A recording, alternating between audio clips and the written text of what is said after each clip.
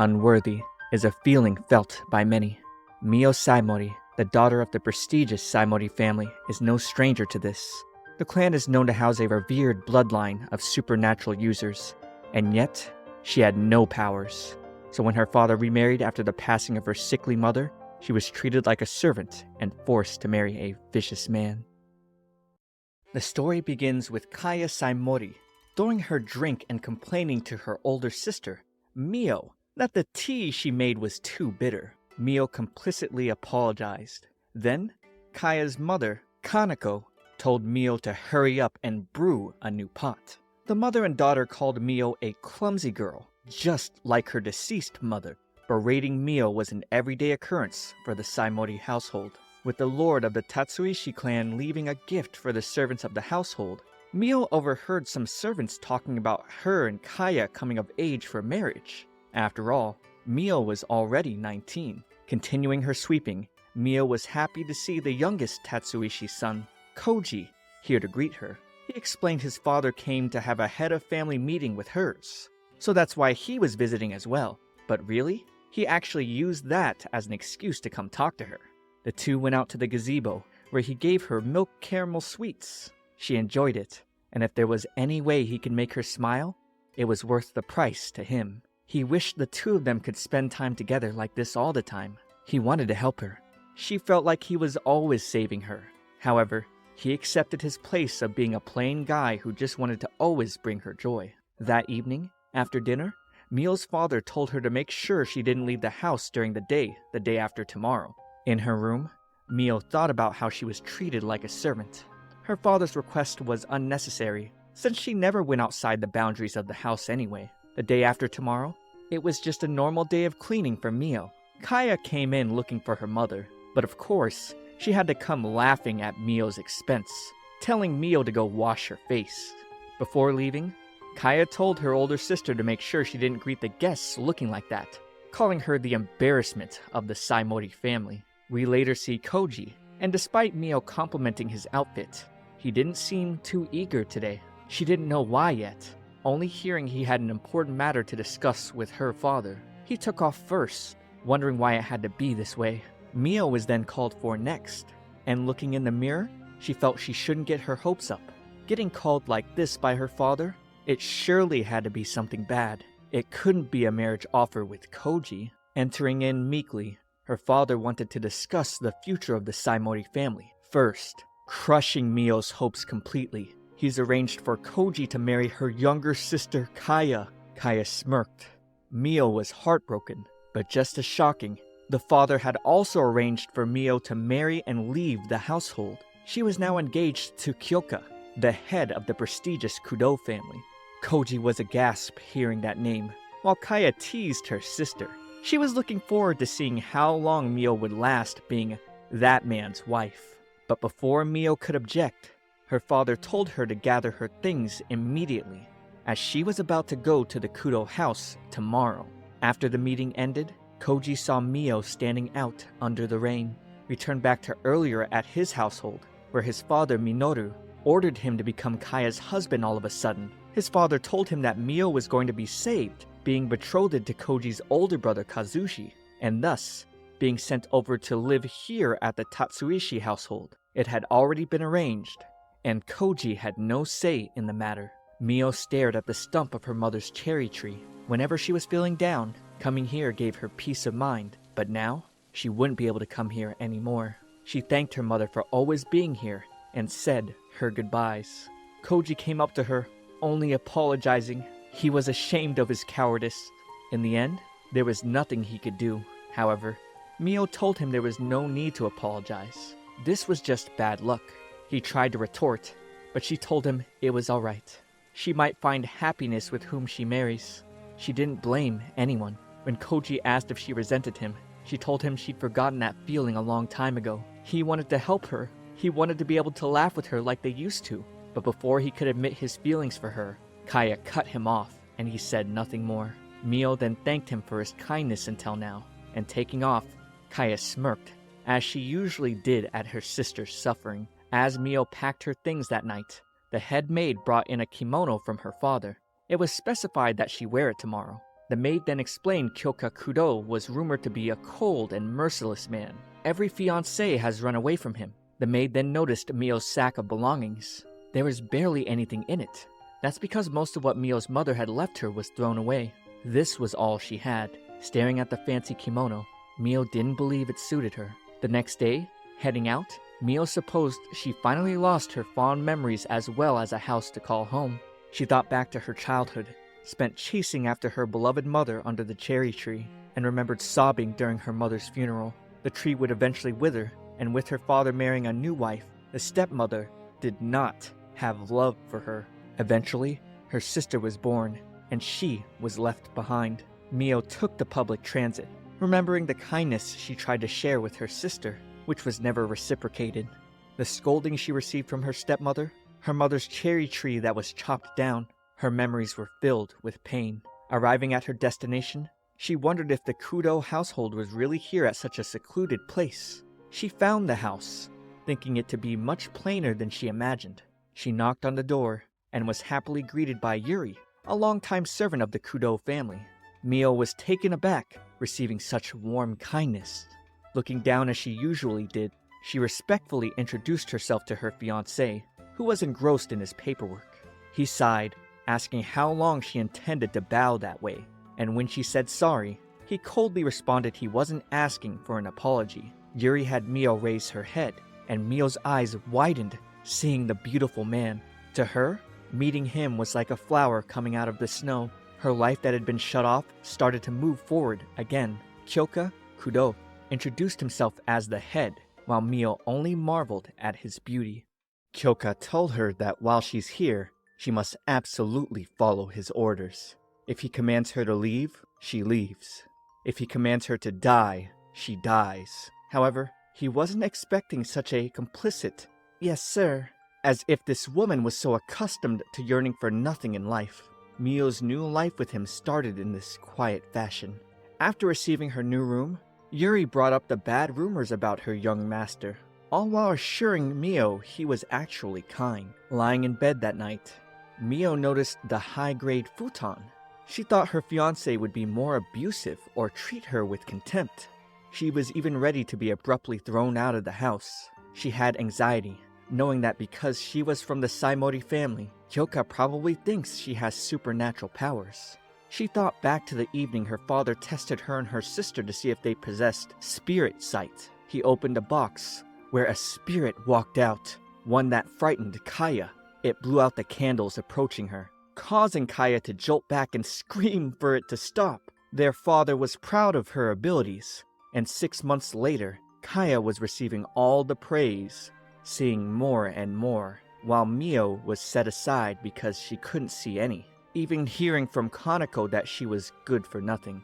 Mio's personal maid, Hana, tried to console her, but little Mio knew what her stepmother and sister said behind her back, that she was useless for not having supernatural abilities. She felt like she wasn't wanted here, just like her mother's cherry tree. These were all seen in a dream, because she didn't live in that house anymore. Feeling hungry and like she needed to make herself useful, she began preparing breakfast. Yuri gave her good mornings, and despite Mio apologizing for not asking permission, the servant thought it was no problem. Since Mio was Kyoka's fiancé, Yuri was even grateful for the help. They presented Kyoka his breakfast, and with him learning Mio made it, he commanded her to sit beside him. He wanted her to try it first, causing her jaw to drop. He stepped up, not accepting the food and accusing her of trying to poison him before stepping away. Mio was shaken. Although her intentions were good, just like usual, things turned out to be a massive failure. We then turned to Kyoka's day at work as the leader of the special anti-grotesquerie unit. Welcoming the new recruits, through rigorous discipline, he told them to heighten their supernatural abilities. His subordinate, Yoshito Godo, explained supernatural abilities as potential that lied in one's spirit. Telekinesis, pyrokinesis, clairvoyance. Abilities did not go against the rules of nature in this world. They were manifestations of the power of spirit, and grotesqueries that have been around since ancient times, often called demons or spirits, were harmful to humans. The only way to fight them off was with supernatural abilities. Hearing two soldiers whisper, questioning why they were even training since they were usually never called to fight. Kyoka powered up, shooting right past them with his powers, piercing one of the target boards. His stern look frightened them. He then explained grotesqueries have diminished with the passage of time, which is why their unit was rarely mobilized. Serious damage and confusion are assumed to occur from such incidents. He needed them to be ready for when the time came. When Kyoka got to his paperwork, Yoshito entered the office, remarking how fired up Kyoka was during the newcomer training. Yoshito really wanted to tease his boss, poking that another fiancé must have fled his house. Now seeing Kyoka's face, Yoshito could tell how pissed he was. So he left more paperwork and quickly fled. Kyoka sighed, remembering this morning when Yuri had told him he shouldn't have treated Mio so coldly during breakfast, and that she believed in no way did Mio poison it. He thought it was rare for Yuri to defend someone to that extent. Mio continued to fixate on her blunder from the morning. If the rumors about her husband-to-be were true, then perhaps she couldn't stay here anymore. Back at the Saimori house, Shinichi was preparing Koji to start entering into his family. Koji gave his best pleasantries to Kaya, despite his visibly sad smile. He put his things into Mio's room, and thought about how if she was thrown out of the Kudo family with nowhere to go, he wanted to be the one who she felt safe with. He wondered if there was something only he could do. We then turned back to Mio, apologizing to Kyoka who had come home from work for the morning. She acknowledged her mistake, saying a man of his status couldn't possibly eat something prepared by someone he didn't trust, and that she should have known better, so everything tonight was prepared by Yuri. He then replied that he never seriously suspected her. He really just didn't feel like eating food prepared by a stranger. Eating his dinner, he noticed it was cold, but when Mio apologized for that, he told her there was no need. He took note of her constant apologies that seemed so natural of her to do, and asked her why she kept saying sorry. In response, she tried saying sorry again, so he quickly told her to stop, because apologizing too much would cause it to lose its meaning. He wanted to know why she hadn't eaten, and she told him she didn't have an appetite, and she thus had also told Yuri she didn't need dinner. Finishing his meal, he then began to head for a bath. Mio offered to draw him one. However, Kyoka always did it himself, since it was easier with his supernatural abilities. Mio was then reminded of her inadequacy. Since she didn't have abilities, she couldn't even draw a bath in this house. She felt she wasn't useful for anything. After his bath, Kyoka apologized for not eating Mio's breakfast this morning. He told her Yuri said she'd be a little late tomorrow morning, so Mio was in charge of breakfast. Finally given a task, she thanked him. Taking her bath, she was grateful her fiancé gave her a chance to make up for her failure. She was determined not to mess up. She thought back to when she had torn up her room, unable to find her heirlooms from her mother. She assumed her stepmother had thrown them away and wanted to go confront her. However, Hana warned her not to confront Kanako alone. The result of the confrontation was Kanako pushing down Mio and calling her the daughter of that conniving thief. Kanako claimed it to be a farce that she was accused of stealing. Seeing Mio still had the comb from her mother, Kanako crushed it, and they locked Mio in the storage, where she'd stay until she repented. She screamed and begged for her father's help. Hana tried to come to her aid, and that was when Kanako promptly fired her. This came back to Mio through another bad dream. She wondered how Hana was doing these days. Since she was fired, the two had never seen each other again even once. She wished for her old maid's happiness. While preparing breakfast, Mio was shocked to see Yuri arrive even earlier than usual. Yuri explained she came this early out of concern for what happened yesterday, but after hearing what Kyoka had said, Yuri giggled, knowing her master was being coy. He had lied, just wanting to eat Mio's cooking. The two ended up cooking together, and after putting down the breakfast, Mio wondered if Kyoka would really eat food prepared by someone like herself. She watched with anxiousness at his every move, and when he drank the miso soup and expressed it to be good, she began to tear up. It was like a weight lifted off of her. She thanked him with tears dripping, so of course, he wanted to know why she was crying. She became red flustered, thinking it had been a long time since she had been praised or accepted by someone. Alone, Kyoka contemplated the mystery of his new fiancée. She wore rags that couldn't even be called old clothes. Her body was so thin, she must have lived a troubled life. Her hands looked so worn from housework. He wondered how this girl could have come from such a prominent family. He later took his speculation of Mio to Yuri, and she noticed the same. He wanted her to keep an eye on his fiancée discreetly, and he'd do what he could to look into the Saimori family. Yuri teased him for being unusually interested in this fiancé, making him pause. However, she teased further, saying this fiancé might not like him if he couldn't express his true feelings. But she was certain Mio would be an excellent wife. He then thought about how there weren't a lot of bloodlines with supernatural abilities, and hoped bad news wouldn't come out of what he found out. And bad news, when I find out you haven't liked this video or subscribed to my channel yet. But if you have, I love you, because here at my Shoujo Weekly, I've got plenty of fun stories in the shoujo genre here for you on a weekly basis. I also live stream, where we talk about anime topics and play fun games. So subscribe to me, your boy, ComfyTea. Over the phone, Koji's father was yelling at Mios for not upholding his agreement and giving her to his oldest son, Kazushi. Koji's father was pissed, desiring her blood from her mother's Usuba family to mix with his, the Tatsuishi. On another night, Mio was pleased to see Kyoka had finished his meal. Kyoka asked what she did during the day. Learning after cleaning, she usually read magazines and did some sewing. Assuming she must feel bored here, Kyoka kindly invited her to go out of town with him, much to her surprise. She declined at first, not wanting to be a bother, causing him to sigh, as he reassured her she'd be no trouble at all. It was at this moment Mio realized she had no idea what her fiancé was thinking, now that their first date was suddenly scheduled. She combed her hair, feeling the pull from the broken bristles that her stepmother made. Yuri then came in, presenting a mirror to help Mio prepare for her date.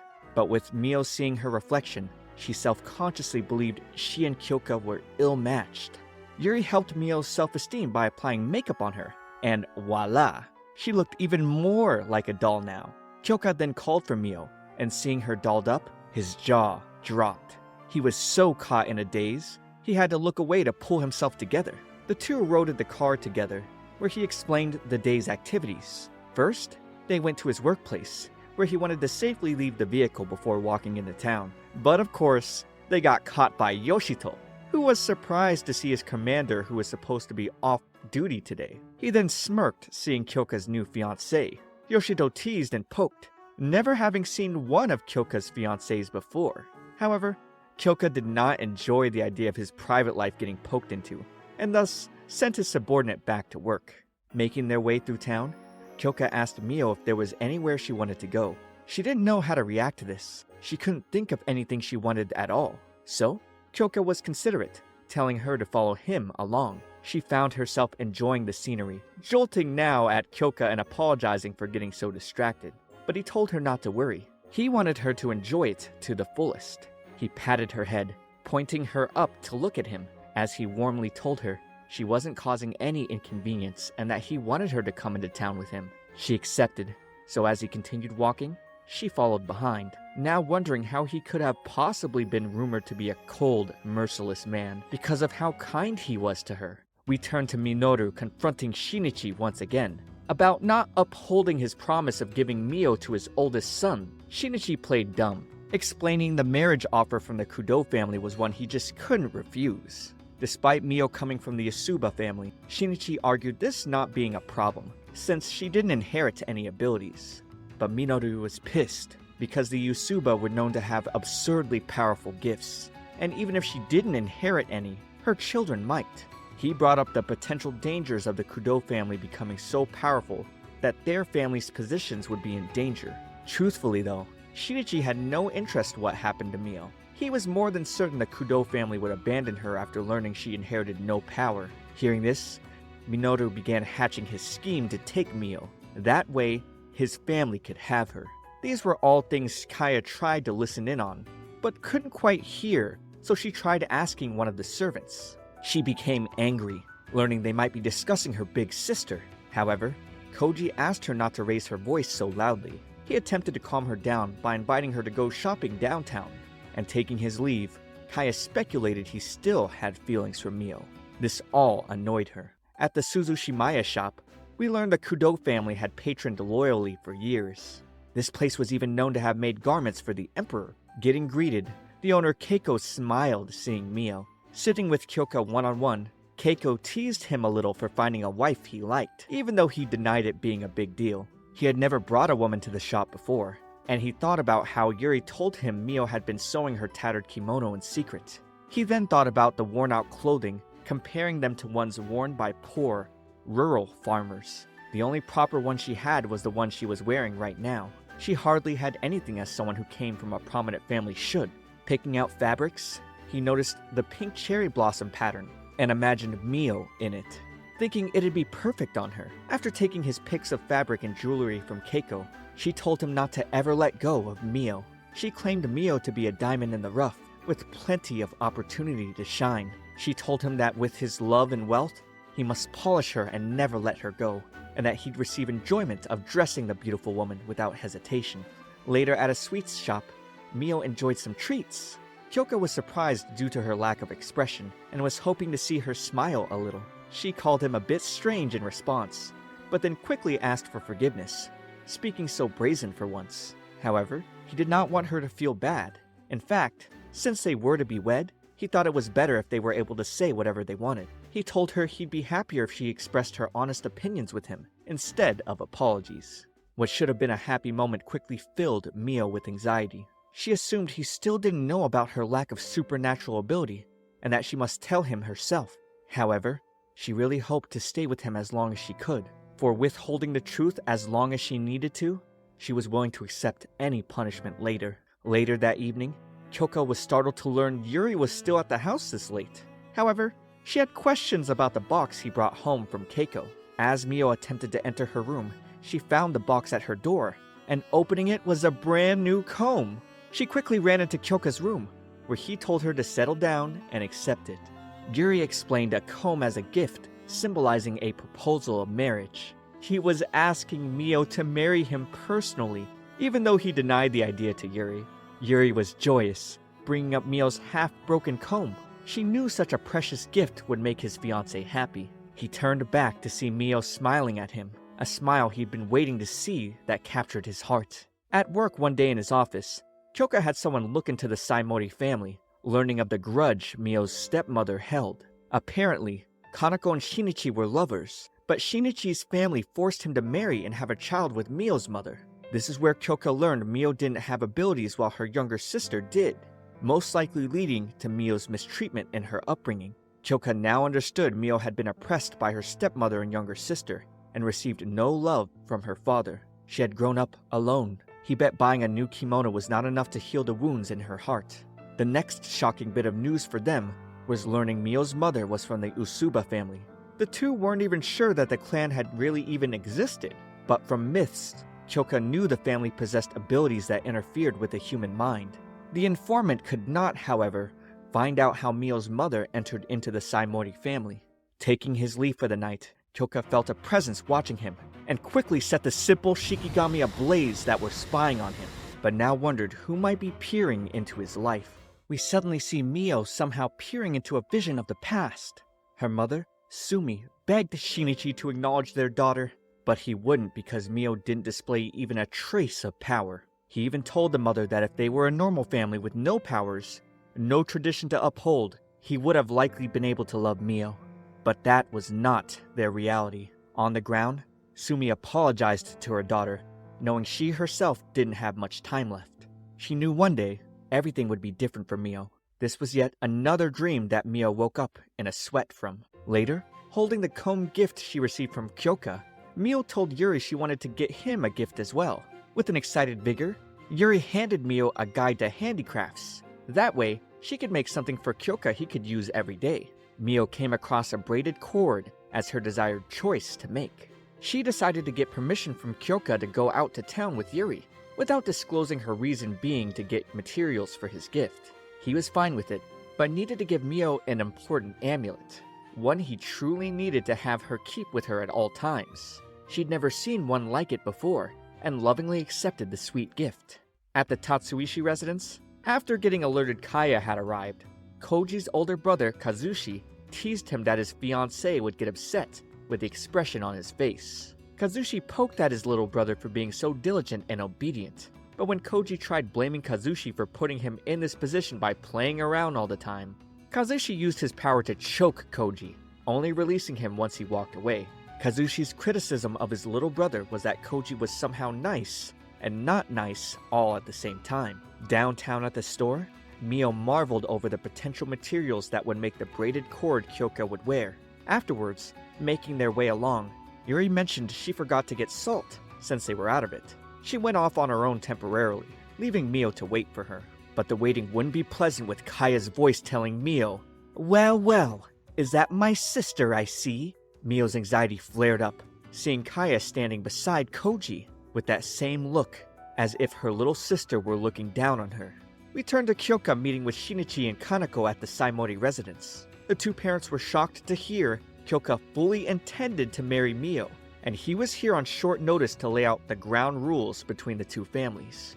Kyoka knew that marriages between prominent ability families happened for moves of power. Usually, the families intertwining was based on mutual interests. But Kyoka did not want his family to reciprocate anything to the Saimori family because of how they treated Mio, the hell they forced her to live through. Mio herself was reliving some of that hell at this very moment, as Kaya mocked her for wearing the same shabby kimono she always wore, claiming that Kyoka had abandoned her. Koji tried to tell Kaya to leave Mio alone, but in response, Kaya went into Koji's arms, saying she couldn't help speaking the truth, claiming it was inevitable that her big sister would get kicked out. Koji tried to leave, only to get pulled and told to stand still and be quiet. Kaya wasn't done mocking Mio. Kyoka was willing to give the Saimori family a dowry, on the condition they sincerely apologized to Mio face to face. The parents were shaken, but regardless, Kyoka stood his ground on his words, telling them he wouldn't force them, but if they refused his request, he'd cut ties here and now. Kaya went up close to tell Mio if she needed money, she would only give it to her if she crawled on the ground and begged desperately. Kaya stomped all over her sister's self-esteem, saying no matter where Mio went, she'd always be worthless. Out of reflex, Mio began to apologize when Yuri made it back. Kaya introduced herself with a polite arrogance, thinking that Mio and Yuri as servants were in the same station of ranking. However, Yuri cleared up the misconceptions, saying that was ridiculous and that Mio would become the wife of Lord Commander Kyoka Kudo, making Yuri the servant to Lady Mio. Kaya and Koji were shocked. The little sister's smug look became that of a nervous one, having to put respect on the commander of the anti-grotesquerie unit. At home, Mio became lifeless and void of any emotion, but she still somehow managed to thank Yuri for going out with her.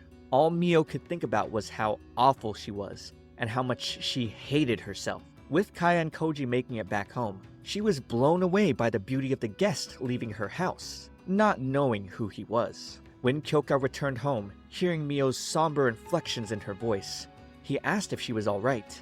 Mio told him not to worry about her. In private, Yuri relayed what had happened between Mio and her sister, and how Mio seemed terrified and it was as if the emotions were drained out of her. It was starting to click for Kyoka. He tried to ask to speak to his fiancée, who sat depressed in her room. Despite telling Mio her worries would eventually fade and that he'd always be here for her if she wanted to open up, she did not answer, only uttering to herself that she was sorry. By himself, Kyoka wondered what he could possibly do to help Mio. Then he remembered Yuri telling him a woman could gain confidence when she is shown love, and that all it took was communicating that he cherished Mio in a meaningful way. He needed to use sincerity and engage her with his whole heart so his feelings could reach her. We eventually reached the day Mio finished the braided cord for Kyoka. However, she didn't know how to give it to him. She didn't believe she had the right to give it to him either. But then, Yuri called for Mio, presenting her childhood maid, Hana, someone Mio thought she'd never see again. There were plenty of pleasantries exchanged between the two. Hana had gotten married and was even blessed with her first child. Hearing she lived a simple and happy life brought Mio to tears of joy. Hana's only wish the entire time was for Mio to have a happy ending with a genuine smile on her face. Ever since the day they forced her to leave Mio, her only choice was to go home. She came up close, asking if Mio was happy now, and Mio poured out her pains, responding there was no way she could be since she wasn't born with a gift. No spirit sight either. She wondered how she could ever be worthy of being Kyoka's wife. how she could ever be happy when she didn't belong in this world. But then, Hana explained how she was even able to come visit the household. She was shocked getting such a letter from a man ranked as highly as Kyoka, and now seeing the addressed letter sent from Kyoka to Hana, Mio was surprised, now wondering if he knew everything. Mio had always believed, since she didn't have spirit sight like Kaya, that she was worthless, that she had nothing of value to offer Kyoka, that he was so special. How could she possibly tell him that she herself wasn't? And if he ever found out the truth, would he abandon her? Would he leave and take her happiness with him? She wept, acknowledging the many assumptions she made about him. Hana reassured Mio that Lord Kyoka only sent her that letter after knowing what she had lived through. Mio felt relief from Hana's words and was now willing to find her courage. Mio hurried to Kyoka, and panting at every breath, she admitted she had no gifts or spirit sight, that she came from a distinguished household with no skills, and intentionally withheld these facts about herself out of shame. She brought up the words he told her during their first interaction. If he wanted her to die, she would. If he wanted her to leave, she would. But first, she wanted to thank him for taking her into town, thank him for giving her the new comb, and everything else he'd done for her. As a sign of her gratitude, she gave him the braided cord she made herself. In response, he told her to look up at him and smiled, warmly asking, "Why would I ever want you to leave? I have every intention of making our engagement official as soon as I can." Holding her close, he asked, "What about you? Do you not want to live here with me?" She cried, telling him that's all she wanted, as long as he'd have her. So he held her close, saying the same, and that he didn't want anyone else. He then looked at the cord and said it was beautiful, now asking Mio to tie his hair with it. After tying it, Kyoka promised to always cherish the gift made from her heart. Seeing Hana off, Mio thanked her old maid, because without Hana's words, she knows she'd probably still be hiding in her room right now. And seeing the happy couple off, Hana couldn't thank Kyoka enough, wishing the couple a happy marriage. However, unbeknownst to them all, Paper Crane Shikigami had witnessed everything through the eyes of Minoru, who was pissed that things were going so well between Mio and Kyoka. He needed a way to destroy their relationship, and that's when Kaya came to his mind as a tool. We later find Keiko displaying the cherry blossom cloth over Mio, complimenting how well the pattern paired with her skin tone. Mio was pleased, thinking of how it looked just like her mother's kimono. The two older women giggled, explaining Kyoka had picked out the pattern just for her, something that made Mio even more happy. At the Tatsuishi residence, Kaya sees the photo of Mio with that handsome man who left her house before. Her fingers trembled with jealousy and hatred. As Minoru explained the situation, she really couldn't hear him over her own thoughts repeatedly telling her she wouldn't allow Mio happiness. She got up quickly. Returning to her snarky demeanor, she proposed to Minoru that she go to her father to get this fixed. She believed her father's love and desire to spoil her would prevail. A great benefit to Minoru. He's glad Kaya was saving him so much trouble. As a thank you to Kyoka and Yoshito for reuniting her with Hana, Mio decided to make a meal inviting Yoshito over. On the two's drive over, Yoshito was ecstatic to try her cooking, while his boss told him not to get too familiar, displaying a subtle hint of jealousy. Their banter was playful and comedic, and arriving at the house, Yoshito got thrown out of the car. Kyoka then threatened him with fire, which he quickly dispelled with the appearance of his beautiful wife-to-be. Kyoka walked towards her, staring as if he were in a trance, and uttered, "You're so beautiful," catching her off guard. And man, Yoshito did not want to be a third wheel here in their lovey-doveyness. However, Kaya was observing the entire time through a shikigami. She questioned why her older sister looked so much happier than herself. She wasn't going to let Mio get away with this. Yoshito ate the dinner with a lot of vigor, expressing how lucky Kyoka must be with all these delicious home-cooked meals from Mio. But these comments only made the commander sigh. After Mio poured Yoshito a drink, she graciously thanked him for driving Hana over to their place the other day, thanking him for spending precious hours of his life helping her, even though he didn't know her personally. Yoshito's face got bright red from the gratitude, and he grabbed Mio's hands, becoming eccentric. He claimed his commander was a stick in the mud, and said that she should marry him instead. This caused Kyoka to choke on his drink, but this was a joke, of course. Mio was so sweet and polite though, thanking Yoshito for his request, and stating clearly she wanted to be with Kyoka. Yoshito was surprised to hear Kyoka being loved and having human qualities, making Kyoka give a nasty look in response. They later sent the drunk Yoshito by taxi. Kyoka expressed surprise at learning Mio wanted to invite him. He then patted her head, lifting it to see her eyes, and she happily thanked him for allowing her to give her thanks to the two. We turned to Kaya asking why her father wouldn't let her marry Kyoka instead of Mio, claiming she was much better suited. Shinichi suddenly stopped, denying her request, telling her if she was so bored, she should go practice being a good homemaker instead of bothering him. Kaya's words from her mother rang in her mind. From a young age, Kanako told Kaya she was nothing like that thing, and that she must be better than her sister in every way. She then went into Koji's room, insidiously asking if he'd prefer to be engaged to her sister. We find Mio in an empty darkness, where a strange creature pushes her down, bringing her back to that day her stepmother locked her into the storage. Kyoka came to her side, noticing she was having a nightmare, and picking her up, he could feel the remnants of an ability, a strange occurrence, since the barrier around the house wasn't broken. He then looked at Mio, who was apologizing in her sleep as a tear dripped down her face. He wiped it, waking her up, asking if she was all right in a soft whisper. She stared at him and began to blush. She was surprised to see him. The nightmare left her shaken, so he provided touch to console her and told her if she ever sensed something wrong, not to hesitate in telling him right away. On another day, Koji saw some strange men leave his father's house. He thought back to Kaya telling him what she was trying to do, and wondered what her and his father were planning to do to Mio. Back at Mio's place, she prepared a surprise lunch for Kyoka with Yuri's help. After getting dressed, Yuri hurried Mio out so they could make it on time to Kyoka's work for lunch. But this hurry unfortunately meant Mio would leave her amulet behind.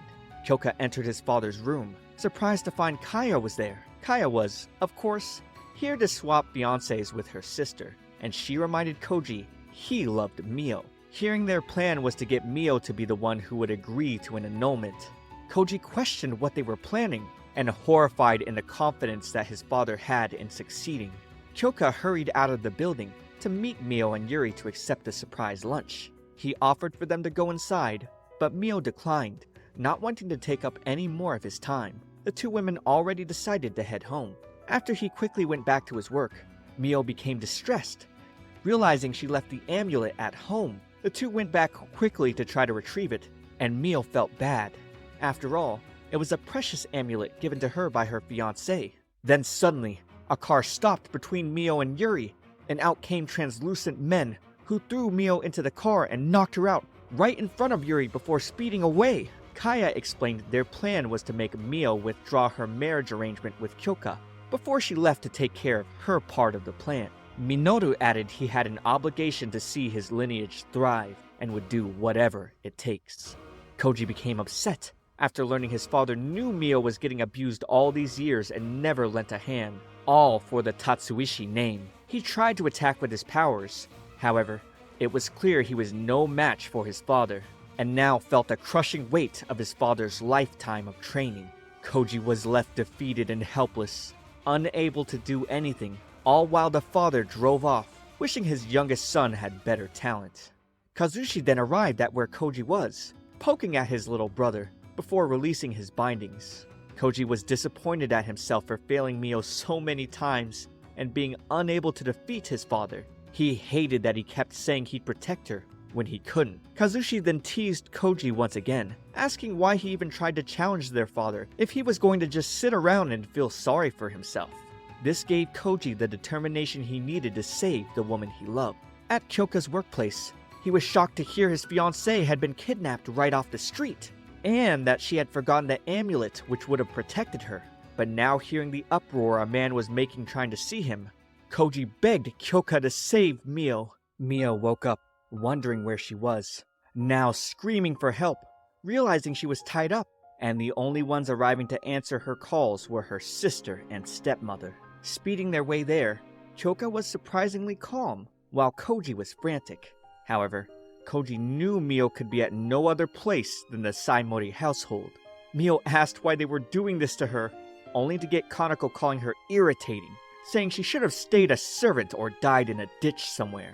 The stepmother ordered Mio to reject Kyoka's marriage proposal this instant, and that she must directly reject his offer. Kaya giggled as she picked up some shears. She believed Mio's pretty kimono was out of step with her position, and if Mio wouldn't refuse her marriage, the kimono would be cut to shreds. Mio's eyes widened in horror, hearing her sister saying she'd give Koji back once she was engaged to Kyoka.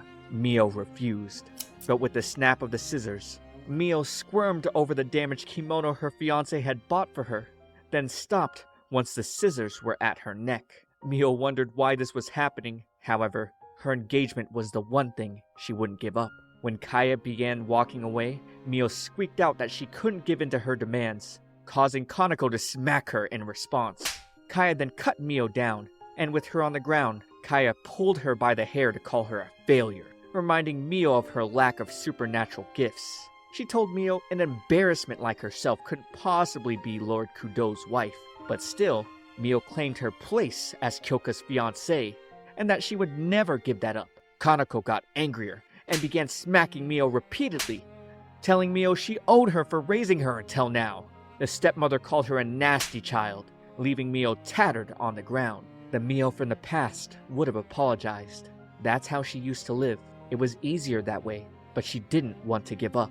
She wasn't the person she used to be. She wanted to go back to where her husband-to-be was. At the Saimori gate, with no one answering the two men's call, Kyoka destroyed it with such a ferocious lightning, the girls could see it from the storage room. Koji could hardly believe the power Kyoka possessed. Shinichi came out asking for an explanation, of course, having no idea what was going on. But stepping in next was Minoru, telling the two younger men Mio wouldn't be returning to the Kudo house. Minoru then stood in their way, saying Mio herself said she wouldn't be going back. But Kyoka wasn't having it. He powered up and started walking forward. The two older men casted a barrier which Kyoka easily shattered. Minoru was nervous, but still summoned a gale that was easily deflected by Kyoka's own barrier. Then a single lightning strike was all it took to bring Minoru to his knees. It was clear they were no match for the commander. The two older men's power was baby in comparison. Mio got up, exhausted from all the beatings. She gave a defiant look, pissing the stepmother off into pushing her back down. Even so, Mio would not give up her engagement. Kaneko then kicked her down, shouting at Mio to remember her place. But no matter what, Mio wouldn't surrender. For her husband-to-be who believed in her, she was going to stand her ground. Making their way to the storage house by Koji's lead, the two younger men were met by a surprise inferno from Minoru. This was no issue for Kyoka, but definitely reckless since it set the Saimori residence ablaze. Seeing a flame tornado was enough for Kyoka, so he shot a lightning bolt directly down on Minoru, knocking him unconscious. And Shinichi fell to his knees, wondering why this was all happening. In the storehouse, Kaya was choking Mio, trying to get her to say she would annul her engagement. In the past, Mio thought of how she was waiting for her time to die. Every single day brought more suffering and sadness. She was tired of living with her emotions shut off. There wasn't any place where she belonged. That's what she always thought. But when Kyoka came into her life, she realized she was wrong. She belonged next to him. Even with her breaths barely escaping her throat and Kaya screaming at her, she wouldn't denounce her engagement. Then finally, Kyoka made it to the storehouse. He ran to Mio, and in her heart, she was glad she never gave up. He softly told her she'd be alright now, and she was grateful he came all the way for someone like her, before fading out of consciousness. Kyoka felt pain seeing her tattered clothing and bruised skin. Kaneko decided to step outside to see what was going on, becoming horrified to see her home burning away, and she began to scream and cry. Kyoka then asked Kaya what she was trying to achieve, hurting Mio this much. But Kaya took no fault, claiming all she wanted to do was correct a mistake. She commented on her sister's lack of spirit sight and scrawniness, calling her incompetent even as a servant. She told Kyoka it was a mistake to accept Mio into his family, whilst their parents both said she was the best one. Clamoring about her superiority, Kyoka told her to shut up. Aha! Finally, I hate Kaya and her mom so much. Kaya tried to stop Kyoka from leaving, shouting this wasn't fair. However, he had heard enough of her stupid bragging. He told her there was no chance in hell he'd choose an arrogant woman like her. After they left, she fell to her knees, as if everything she had been told her whole life was a lie. Koji grabbed her to evacuate, and when she struggled, he told her to be quiet. And to this, she asked him what he was doing, since he loved Mio. She wanted to be left alone, and he responded she was right. He only loved Mio, but knew Mio's kind heart would lament even her death if she died. He didn't want to leave Mio another painful scar. While Kyoka continued to walk through the flames, Mio saw a vision of her mother apologizing to her for all the hardship she put Mio through. She told Mio to believe in the power within herself before disappearing. Elsewhere, the Emperor was angered that Minoru had failed, and that now the Usuba blood would be possessed by the Kudo family.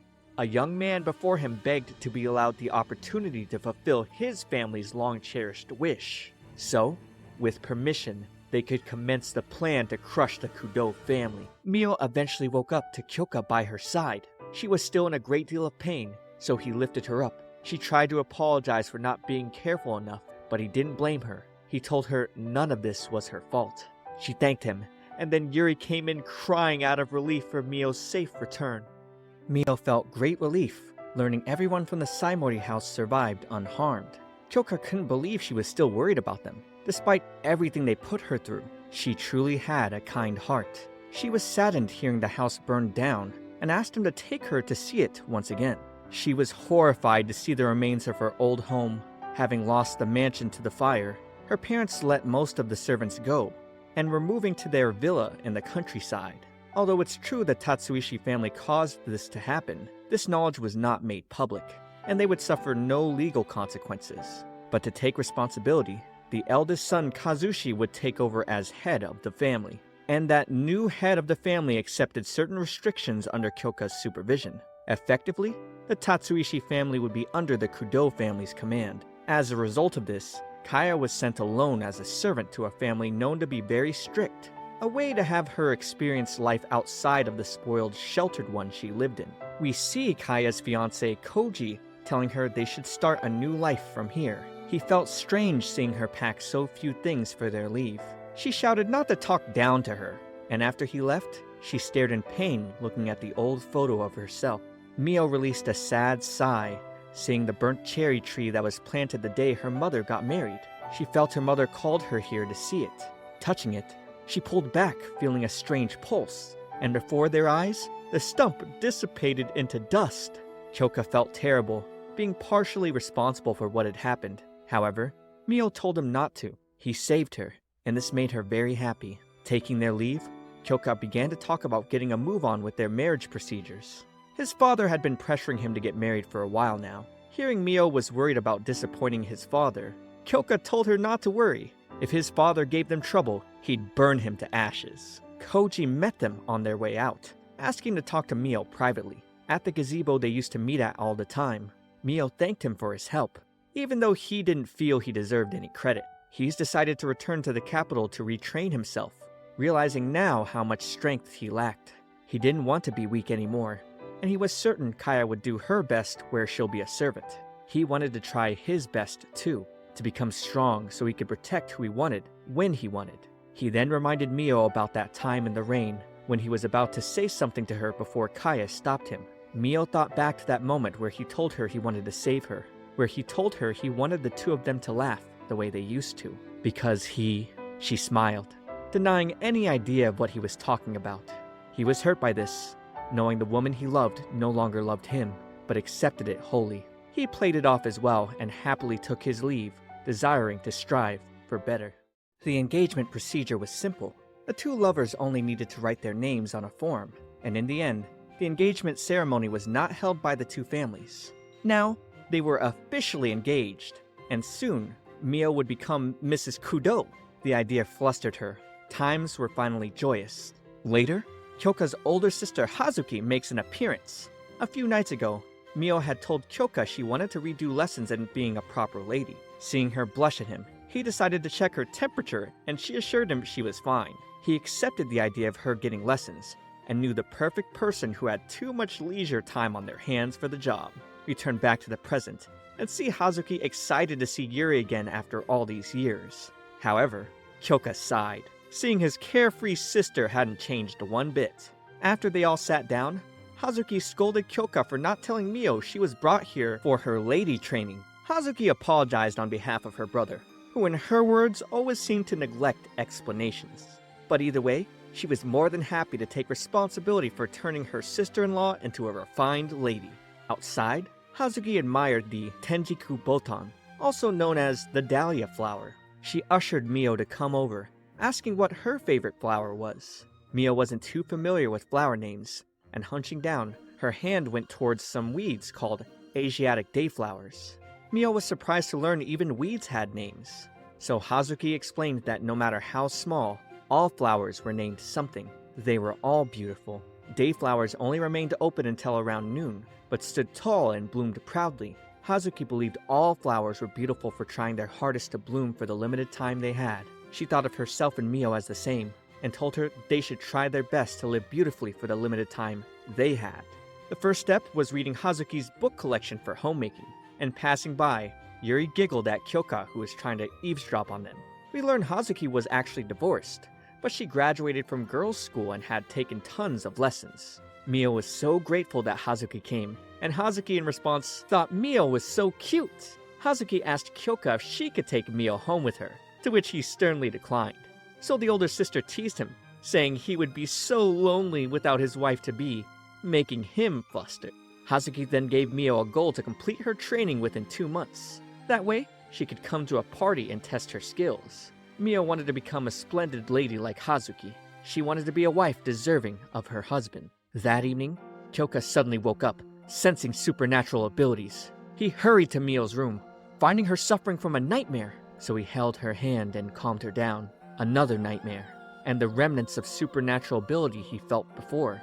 With the barrier still not broken, he determined it was unlikely an outsider came in. If it was psychological, this must have something to do with the Yosuba clan. Elsewhere, we see some men chanting around a rock in the night. When fire caught around them, the men called to put up another barrier. But once the rock cracked and bursted, it was too late.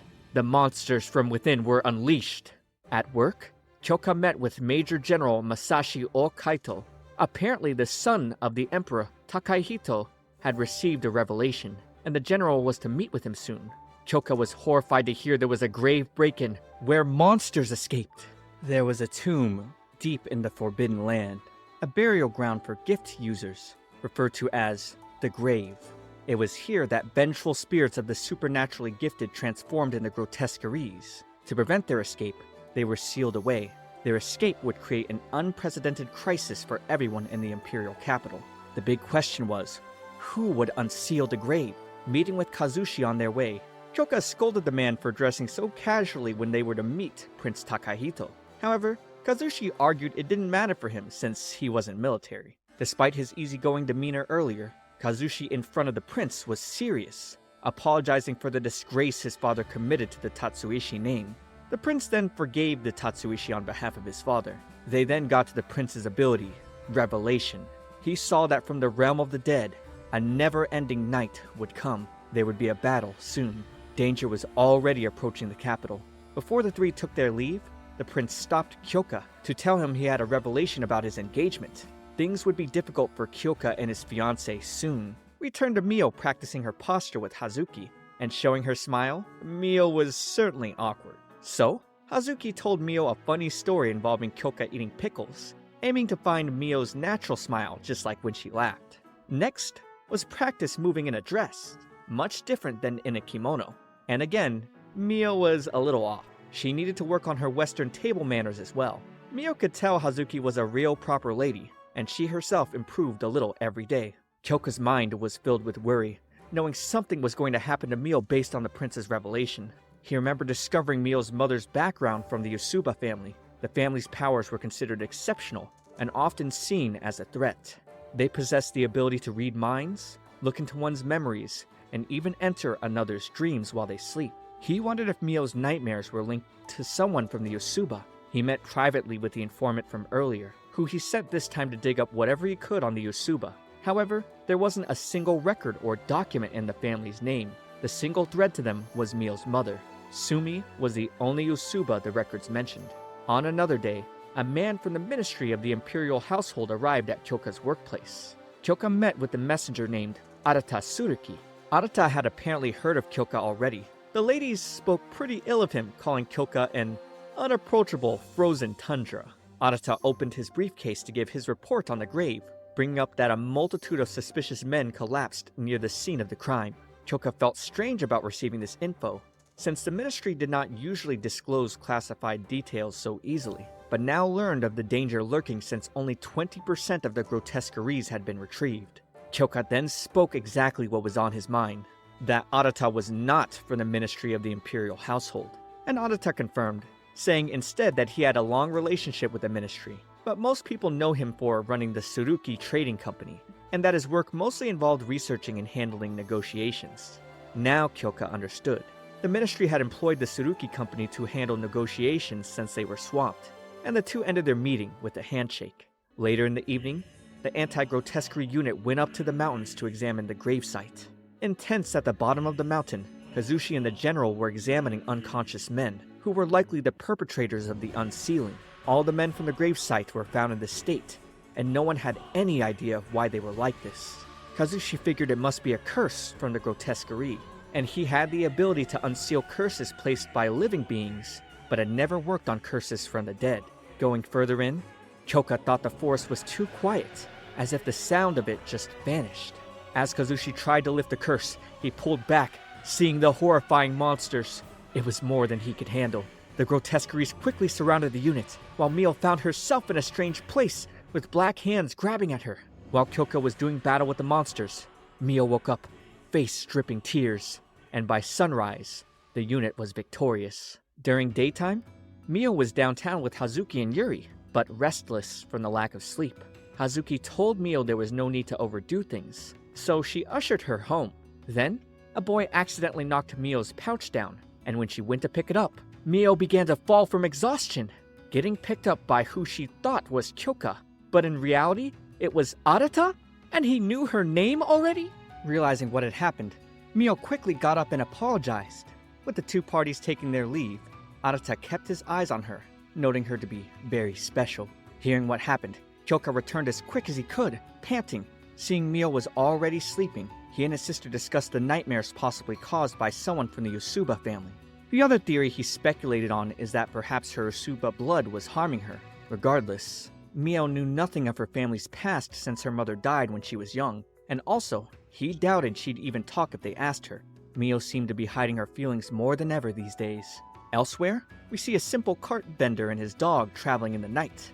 Sensing something unseen, the dog begins to bark, and then appears a horde of grotesqueries. Kyoka hears the report later from Yoshito about the man being found passed out in the woods near the forbidden area. The man is currently in a coma. Mio suddenly wakes up heaving, questioning why she's still having nightmares all the time. She started to have doubts about herself, wondering how she could become a proper lady when she was back to being how she was before. Since Mio fainted, Hazuki reduced her lessons. Mio felt ashamed that her opportunity to study was being wasted. Talking to Kyoka over the phone, she offered to bring him a meal since he had been consumed with work, oftentimes working overnight these days to handle the monster attacks. However, hearing him turn her down because he wanted her to rest only made her feel more inadequate. He tried asking if anything was troubling her, only to have her respond that she was fine and he had no need to worry about her. During her meal with the other two ladies, Hazuki was impressed by Mio's fancy cooking skills, then mentioned her one regret in life was her marriage. At the age of 17 and being born under the Kudo family, she was fully prepared to be married for political reasons. Her husband was a kind, good man. She was happy, but didn't get along with his family. She attributed this to her lack of skills in housework and her immaturity as a person. Her husband often comforted her, but one day, they both got emotional while talking about it, and a big fight led to their divorce. And when she came back to her family's home and calmed down, she regretted it all deeply. Hazuki respected Mio for trying to overcome her weakness without running away. She wished for Mio to be true to her feelings. That way, Mio wouldn't have regrets like she did. Mio thought about what she wanted, to be a wife worthy of her husband, to be a proper lady like Hazuki. She'd never thought about how she wanted to live before, but knew one thing for certain. She wanted to be here, and by Kyoka's side. One evening, she decided to sit beside him outside. He immediately apologized for being too busy to talk to her lately. but now asking if something was bothering her and hearing her answer, "Nothing in particular," he became saddened knowing there was probably something. Mio then switched the conversation to ask about Hazuki from his childhood. He remarked his older sister being loud and annoying sometimes, but as siblings, they understood each other beyond likes and dislikes. And while their personalities weren't very compatible, he believed she was a good person in her own way. Mio thought Kyoko's words about his sister were very sweet. She was envious because she didn't have anyone like that. He then told her to scoot closer to him and suddenly grabbed her hands, telling her if she ever felt lonely, she should say so. If she was ever suffering, he wanted to know. She tried telling him she wasn't lonely and he retorted, saying he missed being with her, so why wouldn't she miss him too? And finally, she said she did. He wished she had just said so from the start and brought her in, holding her close, uttering she could lean on him and tell her true feelings. If she would be more selfish, he'd accept her wholly, because that's what family does. Mio knew her husband-to-be was kind, but felt if she allowed herself to be coddled, she couldn't become a proper wife. She felt the need to solve problems herself, or she wouldn't be enough to support the family. Mio then heard a man calling at her door, and to her surprise, it was Arata. She thanked him for his help the other day, and when the two shook hands, he mentioned knowing who she was already, since Kyoka finding a fiancé was the talk of social circles. However, he now wondered if the rumors of Kyoka's cruelty were true, since Mio looked so pale in the face. Arata criticized Kyoka for constantly neglecting her. Mio pulled away, retorting it wasn't her fiancé's fault, but Arata kept going, adding Kyoka didn't understand her true worth. He brought up how she's constantly been taking lessons on posture and tea ceremony. But how could he know this? Mio told him to stop, claiming she was doing it out of her own choosing. Arata apologized for speaking out of turn, and before he left, he told her he could give her a role only she could fulfill, and gave her his card that she could use to contact him at any time. Later, after Arata relayed the permissions from the Imperial House, he apologized for being late, as he stopped by Kyoka's house thinking it was his day off by mistake. Kyoka paused, not liking the fact that Arata met his fiancée, and now this outsider was criticizing the way Kyoka treated her. Arata became snarky, saying Kyoka didn't see the real Mio, and wasn't taking care of her properly. But if Kyoka ever needed help with Mio, Arata offered his assistance. Later that night, on the phone with his informant, Kyoka learns Mio's mother went by the name Sumi Tsuruki, the same last name as Arata's. Arriving at home, he called for Mio's name, but she was unresponsive. With all the food cooked, he could tell she was indeed pushing herself too far. Seeing her face, he could tell she was completely worn out. With concern in his tone, he asked why she was losing so much weight, and why she didn't tell him she fainted the other day when Arata cut her. He opened up about how he knew she had nightmares every night. He was hurting from the fact that she didn't tell him anything, and in response, she was frantic, admitting she didn't want to bother him. She thought he'd be too tired from work, and she didn't want to concern him. He told her the obvious. She was the tired one, and that perhaps he shouldn't have let her study under his sister. This completely broke her heart, and broke her into tears. He realized he was wrong. He shouldn't be talking to her this way, and with her now passing out in his arms, he understood he had just said the worst possible thing to her. He compared his treatment of her to that of the Saimori family. A part of him now thought Arata might be right. Seeing Arata's card fall, he crushed it, and was now on the way with Mio to meet him, with hopes to end her suffering. Carrying Mio on foot, Kyoka entered Arata's family estate.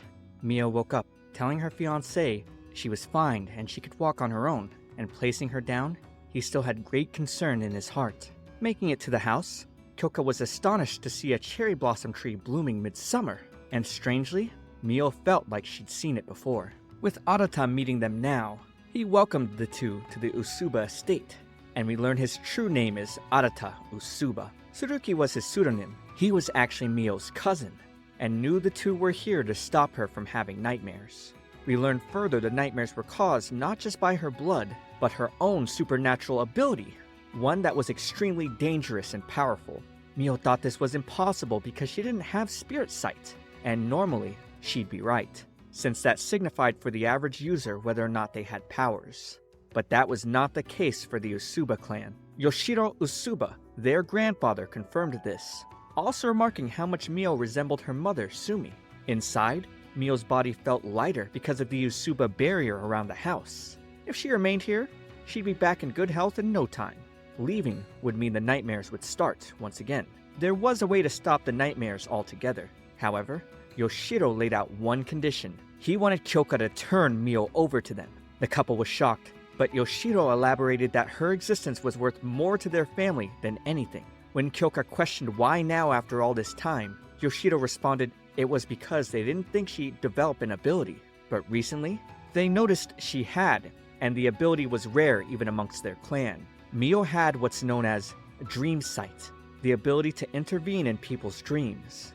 That same ability was causing her nightmares. If they didn't get it under control, it would eventually lead to calamities. The grandfather made his intentions clear. He wanted to return Mio to where he thought she belonged, saying there's no way they could allow her to wed outside the clan. Kyoka wasn't having it, but Arata interjected, letting him know they were telling him this with their utmost consideration for him. Kyoka stood up out of anger, saying they were trying to use her. To this though, Arata reminded him he failed to protect Mio during the Saimori incident, which led to her kidnapping and getting wounded. And now that he couldn't stop her from having nightmares, he was letting her suffer needlessly. On top of that, they were having a national crisis with the grave opening, so he couldn't afford to be here. Mio felt that because of herself, Kyoka was pushing himself so hard. When they asked her what she wanted, she thought back to Kyoka shouting at her and she told them, "I don't know," an answer Kyoka didn't expect. If she said she wanted to be with Kyoka, she felt she'd be tying him down forever. Arata then concluded no talking would solve this, so he challenged Kyoka fairly to a duel. If Kyoka wins, he'd teach Mio the method to control her ability, but if Kyoka lost, he'd hand her over. Outside, Kyoka drew his blade while Arata readied his pistol. Neither of them were going to hold back. The match started with Kyoka dodging Arata's shots, and Arata also evading Kyoka's slashes in turn. Kyoka closed the distance with his immense speed, landing an attack on an illusion. This costed Kyoka, who received a direct shot in his arm. Kyoka got in while dodging more shots, only to once again slash an illusion, but was able to slice bullets shot at him now knowing Arata's tactics. Kyoka had figured out Arata's ability. Arata then smirked, elaborating that most of the Yusuba family did not have spirit sight. That skill was necessary when battling grotesqueries, meaning the Yusuba clan specialized in battling humans with supernatural abilities. That's why they stayed in the shadows. They've served the Emperor to eliminate rogue ability users all this time. Arata then casted a fog and emerged several clones of himself. But this was no problem for Kyoka. He had immense lightning that encompassed the area, and he eliminated several clones with a single stroke. Kyoka was now dominating, eliminating clone after clone, and cutting down bullets Arata fired. Arata was astonished because no one ever had the speed to match his illusions. But in response, he created even more clones of himself. However, Kyoka would power up a fireball, ready to kill Arata completely. He fired a shot that eliminated all of the clones at once, knocking Arata over. And as Kyoka went for the finishing slash, Mio stood in front to stop him. But this was merely an illusion that Arata used to disguise his bullet that would disarm Kyoka, winning him the match. Arata had claimed victory. Mio then ran to Kyoka and the lovers reached out for each other. It didn't matter though, because with a snap of Arata's fingers, he sent Kyoka away, leaving her in tears. All Kyoka could do is lie in defeat. At home, his sister was disappointed in him for coming back and moping after his loss. She wanted him to go and get back Mio right now, but losing the duel, he felt he had no right to. So she knocked his head. He tried moping again, so she punched him again, telling him to think about how Mio really felt. Mio blamed herself. Mio thought she was bad for not realizing how he felt. She wanted so badly to stay by his side, but knew that if he turned her away, it was over. That's why she wanted to improve herself. She wanted to be needed by him. That's why she was afraid to confide in him. Kyoka now realized he made a big mistake. He got a call from work that there was an emergency situation going on, and swore once he was done saving the city, he'd bring Mio back without fail. At the Imperial Palace, the Emperor was cackling to himself, saying soon everything that posed a threat to him would cease to exist. We then turned back to the Yusuba house, where after hearing what was happening with the grotesqueries, Arata was concerned about what would happen to the city if the special forces failed to stop them. He thought back to his upbringing with his grandfather, who told the young Arata he had a duty only he could fulfill. He entered a room to check on Mio, but the first thing out of her mouth was asking how her fiancé was. He explained Kyoka returned home safely and was back to work as usual. Afterwards, he placed a photo of Mio's mother standing next to their grandfather. Sumi apparently had the supernatural ability to connect with people's minds. Telepathy. It is said that a child of wielders of that ability tend to also develop unusually rare ones. Mio's in particular was very powerful, because by entering one's dreams, she could potentially brainwash them. And as dream sight improves, she'd also be able to see the past, present, and future. All of time could be viewed. She wondered why this ability was only awakening now, and her grandfather added it was because someone sealed her ability off. That someone was her own mother. Yoshiro decided to tell the story about why Sumi married into the Saimori family and the reason she sealed Mio's powers. Before Mio was born, the Tsuruki Trading Company failed in negotiations with a certain leading client, leading to a financial fall within the company. Since the Usuba clan was backed by Tsuruki Trading, the clan faced heavy debt load and was facing a predicament. That's why the Saimori family brought forward the marriage proposal, having heard from somewhere the Usuba family was in crisis. They would pay off the Usuba's debts if Sumi married their son, Shinichi. Despite the Saimoris being persistent, Yoshiro rejected every offer. But one day, Sumi accepted their offer on her own without consulting him. He was frustrated, knowing they'd be giving the Usuba blood to another family. He knew his daughter had such a frail, sickly body as well, but she wanted to do what she could to protect their family. After her marriage to the Saimori house, Yoshiro cut off her means of communication with the Usuba, breaking their family ties. Wanting to show Mio the extent of her dream sight abilities, he had her touch the cherry blossom tree outside, and touching it, Mio was engulfed with light, seeing a vision of the past. Shinichi's father at the time reminded him this wasn't just a political marriage. He needed to fulfill his role in conceiving a child with the Usuba's supernatural ability. After giving birth to Mio, Sumi felt a spark from her telepathy and immediately knew Mio had dream sight. One day, Sumi overheard her father-in-law telling Shinichi they needed to confirm Mio's ability as soon as possible. And if it wasn't a Usuba ability, they needed Sumi to conceive another child quickly, knowing she would die soon from her illness. Sumi knew her time was coming very soon. She knew if Mio's ability was discovered, the Saimoris would abuse it, so she needed to seal it away. She knew because of this, Mio would end up ostracized and wondering why she didn't have any abilities. But the sealing was for her protection. Mio fell to her knees, now understanding it all. Elsewhere, we see another set of men chanting around a gravesite, and the anti-grotesquerie unit dealing with the result. They were getting overwhelmed, until Kyoka rained his powerful lightning down to save them. Now the unit was ready to go and eliminate the rest. Waking up suddenly the next day, Mio found Arata teasing that her complexion looked a lot better, and had her put on the outfit for the Maiden of Dream Sight, handed down through generations of their family. He would take her previous clothes away and keep them hidden. Mio was released from her nightmares and her body was making a recovery, but as time went by in this small birdcage, her feelings for her husband-to-be and her regrets got stronger by the day. She wished she had told Kyoka she decided long ago she always wanted to be with him. She blamed herself for getting stuck in this position. Even with plenty of food served for her, Mio did not feel hungry in front of Arata. He wondered what was wrong. Did she hate him? Did she not like her room? Was the food not to her liking? But that was not it. She wanted Arata to give her cherry blossom kimono back. It's a precious kimono her fiancé gave to her. Arata refused. She then told him she wanted to talk to Kyoka again, because she was wrong about everything, and now she was ashamed to face him. She wanted to apologize to him in earnest. Arata set down his tea with intensity, telling her she wasn't allowed. He spoke with indignance, asking her if she knew how desperately he waited for her and how much happiness he felt right now, and whispered he wanted to protect her to her ear. But still, she insisted on seeing Kyoka. Arata seemed disappointed, explaining the faithful code of the Usuba ancestors. They weren't to use their real family name, and were permitted to marry only within their kin. They could not have close friends or romantic partners outside of that. The Usuba clan's duty is to subjugate the out-of-control supernatural ability possessors.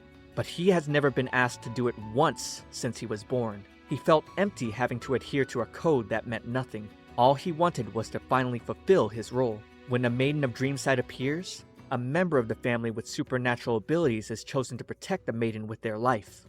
In the present day, That would be Arata's role, presumably doubling as her spouse. This revelation surprised Mio. He begged her to stay, not wanting to cede this mission to anyone. Alone in his office, Arata reflected initially on how he thought Mio was just like him, someone who had lost the purpose to live and was feeling hollow like he was. Intense lightning rained, defeating the last bit of monsters, and the anti-grotesquerie unit was exhausted but celebrating. However, as tree bark rotted before Yoshito's foot, one monster remained. The monster dodged Yoshito's attack, and Kyoka pushed him out of the way, taking a direct hit while slashing the monster apart. The commander felt pain in his chest, while his vision faded to black. On the deck, sitting with her grandfather, Mio asked for permission to see Kyoka again. The grandfather smiled, thinking her stubbornness reminded him of Sumi. He wished he hadn't been so cruel and cut her off. Then maybe she wouldn't have died so early, and Mio wouldn't have led such an unfortunate life. He apologized for all the hardships Mio had lived through because of it. Being blood family, he wanted Mio to be able to rely on him in any way, but she didn't know what to say. To begin with, she didn't know what it meant to be a family. The grandfather was glad she spoke her mind to him, and explained he thinks sharing a burden you cannot carry by yourself is what a family does. Relying didn't mean leaving everything up to another person. It meant asking someone to carry some of your load that you couldn't carry by yourself. It's okay to disappoint them or anger them. The bond of a family won't be broken by something like that. He had lost his temper when Sumi left their house, but he never hated her. Looking back, he still regretted misjudging what he should have protected and lost his beloved daughter. He cared for Mio the same way and felt great happiness finally meeting her. Mio now knew her grandfather felt the same way as her. He said things that were not true in his heart, which hurt someone important to him, and he regretted it. Mio touched the cherry blossom tree once more, absorbing its powers. Inside, her mother told her she loved her, and Mio was in tears now with the seal completely broken. Arata came running outside, having received a message from the military. He reported the attack that hit Kyoka, putting him into a coma. Mio began to run, but Arata tried stopping her. However, she pushed him off. Arata then explained the one keeping her here was not actually her family, but truly Emperor Mikado. The Emperor agreed to help the Yusuba get the Dream Sight ability back into their family, but in exchange, he wanted Mio not to have contact with any other people with abilities. He ordered the family to completely hide the existence of the Maiden of Dream Sight. No one knew the Emperor's motives behind this, but if she disobeyed, then both the family and she would likely be severely punished. To this though, their grandfather patted Arata from behind. Arata understood, saying that while he wouldn't be giving Mio up, just like she wouldn't be giving up Kyoka, he was fine letting her see Kyoka, as long as he accompanied her. With that, Yoshiro supported them on their leave, and gave her kimono back. The mood was somber in the infirmary where Kyoka was unconscious. Mio then barged in, calling for her fiancé, now relieved to feel he was still alive. Arata explained she had power that could awaken him, to everyone's surprise. So, she was going to do what she could. Kyoka found himself wandering in a red-colored forest, filled with grotesquerie. He wondered if he was dead, but powered up his blade in order to deal with this hell. As Mio lay beside him in the real world, Arata gave her instructions to visualize her soul leaving her body and entering Kyoka's. Once inside, she needed to find his soul. Everyone here was counting on her to save him. She then grabbed his hands, taking a deep breath while closing her eyes, and found herself in a nebulous void. She woke up at what looked like the Saimori house. Meanwhile, Kyoka continued the battle to preserve his soul, slaying one monster after the next. They just kept reappearing, while he questioned where Yoshito and the others were. He knew this wasn't the mortal world and also that he shouldn't die here. He then suddenly heard Mio's voice calling for him, and he called for her back. Mio went into her old home, looking for him, but was startled by a shadowy child running past her while giggling. The little girl led her around, telling Mio to catch her if she could. The doors then opened to an endless walkway, as the little girl's voice called for Mio demonically. A red door appeared, one Mio recognized. The storage door she had been locked in more than once, and when she entered, she was surprised to find herself. Kyoka continued to fight for his life, getting caught when one of the monsters broke his braided cord. He was beginning to falter, but retaliated, compelled to find his beloved. He felt pathetic, but wanted to see her once more and apologize. He doubted himself a little, but re-steeled his resolve. He couldn't allow himself to be trapped here. The other Mio coldly told ours she could not see him because she was not good enough for him, that she was going to be alone forever because it was easier for her. She poked at our Mio's insecurities, saying Kyoka gave her so much kindness, yet she flatly refused and hurt him. And now because of her, he was wandering on the brink of death. Mio accepted that she was a failure in many ways, and had been wanting to change herself to stop seeing it like that. She didn't feel that way anymore, thanks to those around who cared for her. She finally felt alright, being beside him. The other Mio became angry, shooting the binding ropes while they turned into encompassing thorns. To her, after her mother died, every day was a living hell. She made her own heart numb so she wouldn't feel anything. That was the only way she could live. However, our Mio believed in change now. The other Mio got pissed, striking her with a vine. But our Mio was still determined not to give up. She was going to apologize to her fiancé. He believed in her when she didn't believe in herself. She walked towards the other Mio, who continued to shoot more vines. Our Mio knew getting hurt was scary, but she wouldn't run anymore. She continued to walk through, believing in herself. With the light putting Mio in her maiden outfit, she promised the other Mio she would find Kyoka so she could live a happy life with him. And the other Mio cried. She hoped so, fading into the light. Then, in Mio's hands appeared Kyoka's Kumihimo cord. He was about to continue his fight, but then Mio called him and she emerged, and now used her powers to protect him. She became concerned over his injuries. But of course, he had to play cool, saying it was just a scratch. But still before them was more monsters to deal with. The Emperor appeared at the gravesite where the men were still chanting, hissed to learn the Usuba were interfering with his plans. His highest priority was to eliminate the Kudo family and the power of Dream Sight. He used his abilities to converge all the grotesqueries in Kyoka's mind into one. In response, Mio told Kyoka to take her hand and trust her. The Emperor called for the monster to attack, that Mio steadily blocked. And when Mio returned in kind with an attack of her own, the Emperor and his men in real life found themselves blown away by her might. The world in Kyoka's soul had been cleansed, and he thanked her for saving him this time. She presented him back his Kumihimo cord, which guided her to where he was, and tied his hair with it once more. She then apologized for telling him she didn't know what she wanted back at the Yosuba house, and in return, he apologized as well, saying he didn't mean to hurt her. He had just lost his temper. The loving couple embraced, admitting they both wanted to be beside each other, no matter what. Outside, the friends and family saw Kyoka's hand twitch, and their voices calling for the two penetrated his inner world, so they flew back up and both awakened. Seeing tears drip down Mio's eyes, Kyoka told her not to cry, only to get jumped by the hysteric Yoshito. Arata smiled and began his leave, but Mio chased after him. She apologized, telling him she couldn't go back, and he was fine, telling her he just did what he wanted. Kyoka then came out, calling for a rematch someday, and Arata accepted, waving goodbye. At the palace, Takahito explained to the general his father had already lost the ability of revelation. The emperor feared not being able to see the future, and opened the grave, putting many people's lives in danger. His plan was to make his father atone someday. The two lovers finally returned home, and thus, their everyday lives regained tranquility. The restless nightmares became a thing of the past, and now they were able to enjoy meals while having trivial conversations.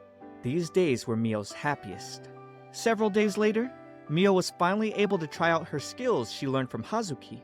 Kyoka was taken aback, seeing his stunning fiancé in a dress. He wanted to reassure himself this wasn't a dream, and asked her to marry him once again, making her blush and turn away. The two were honored to accept each other, and happily stepped forward on another day of their lives together. At the social event, the party attendees were gossiping about Kyoka's fiancé being from the Saimori family, and when the two entered, they caught everyone's attention. Meeting with Hazuki, she complimented Mio's perfect manners and poise, when suddenly, a young boy came up to Hazuki, calling her mother and hugging her. This was her beloved son, Asahi. They currently lived apart, but saw each other once a month. When Mio greeted him, the boy pointed out her incorrect posture, taking a more proper bow, causing Hazuki to apologize for his impolite scolding. Watching from the sidelines, Yoshito expresses how much Kyoka has changed. He'd never seen his commander smile so brightly. Maybe it was the drink talking? but he complained to Kazushi that Kyoka should treat him a little nicer as well. The party continued on normally, with many high-class women wanting to meet Mio for the first time. Then later, Kyoka took her to a secluded area to meet with Prince Takahito. Sitting down together, the prince explained he had come to the party specifically with the purpose to meet her. He apologized on behalf of his father, given his father was the mastermind of all the terrible events that had occurred to her thus far. King Mikado feared Dream Sight more than anything, given it could surpass the king's own ability, Revelation. They had known that because Mio's mother had telepathy, she could have given birth to a child that possessed Dream Sight, and thus, Mikado started to interfere with the kinship of the Usuba family. The king had pulled strings to ruin their business, Tsurugi Trading. He then got the Saimori family involved, which had lost most of its supernatural users to cooperate, and coerced the marriage between Mio's father and mother. He had also opened the grave, releasing the Grotesqueries in an attempt to eliminate Mio and Kyoka as well. Because he lost his revelation abilities, which was a secret no one else knew about, he must have gotten desperate. Takahito was seething, knowing his father sacrificed innocent lives over this. Even discovering all of this though, Mio was happy now after thankfully meeting the love of her life. Back at the party, Asahi stumbled upon Mio and she sweetly greeted him. He then proceeded to get so nervous, he attempted to run away, slipping, falling, and spilling a drink onto Mio's dress. In the back, Hazuki ended up wiping the dress clean, and that's when Asahi's father, Major General Masashi, entered, Hazuki's ex-husband. He apologized for not watching over Asahi, but Hazuki took blame as well. Asahi then came over to hug his mother and openly admitted he didn't like Mio, claiming she took his mother away from him. Masashi then brought up how in their once-a-month meetings, Hazuki mentioned Mio often these days, something Asahi didn't seem to like. Knowing her boy was jealous, Hazuki held her son close, reminding him of how much she loved him. They all have a heartwarming moment where Hazuki teaches her son about loving family and wanting him to see Mio as precious family as well. And so, the boy apologized, earning more love and affection from his mother. Kyoka monologues on the shape of happiness being born somewhere at this very moment and in the future. And with his own shape of happiness, he wonders if he was able to express it to Mio. Looking at her, he began to go in for a kiss, only to get interrupted by Arata, who completely killed their moment. He was here to make a proposal, taking employment as Mio's bodyguard. She needed to manage her dream sight well, so his protection would make things more convenient. Not wanting to deal with this, Kyoka began to get up for work, but heard some womanly voices calling for Mio. He could understand Yuri being here, but not his older sister, who had pretty much just come to ramble. Leaving for work, Mio tightened his braided cord and had him bend down so she could pat him and give him wishes of having a good day at work today. He then gave her a light kiss in response.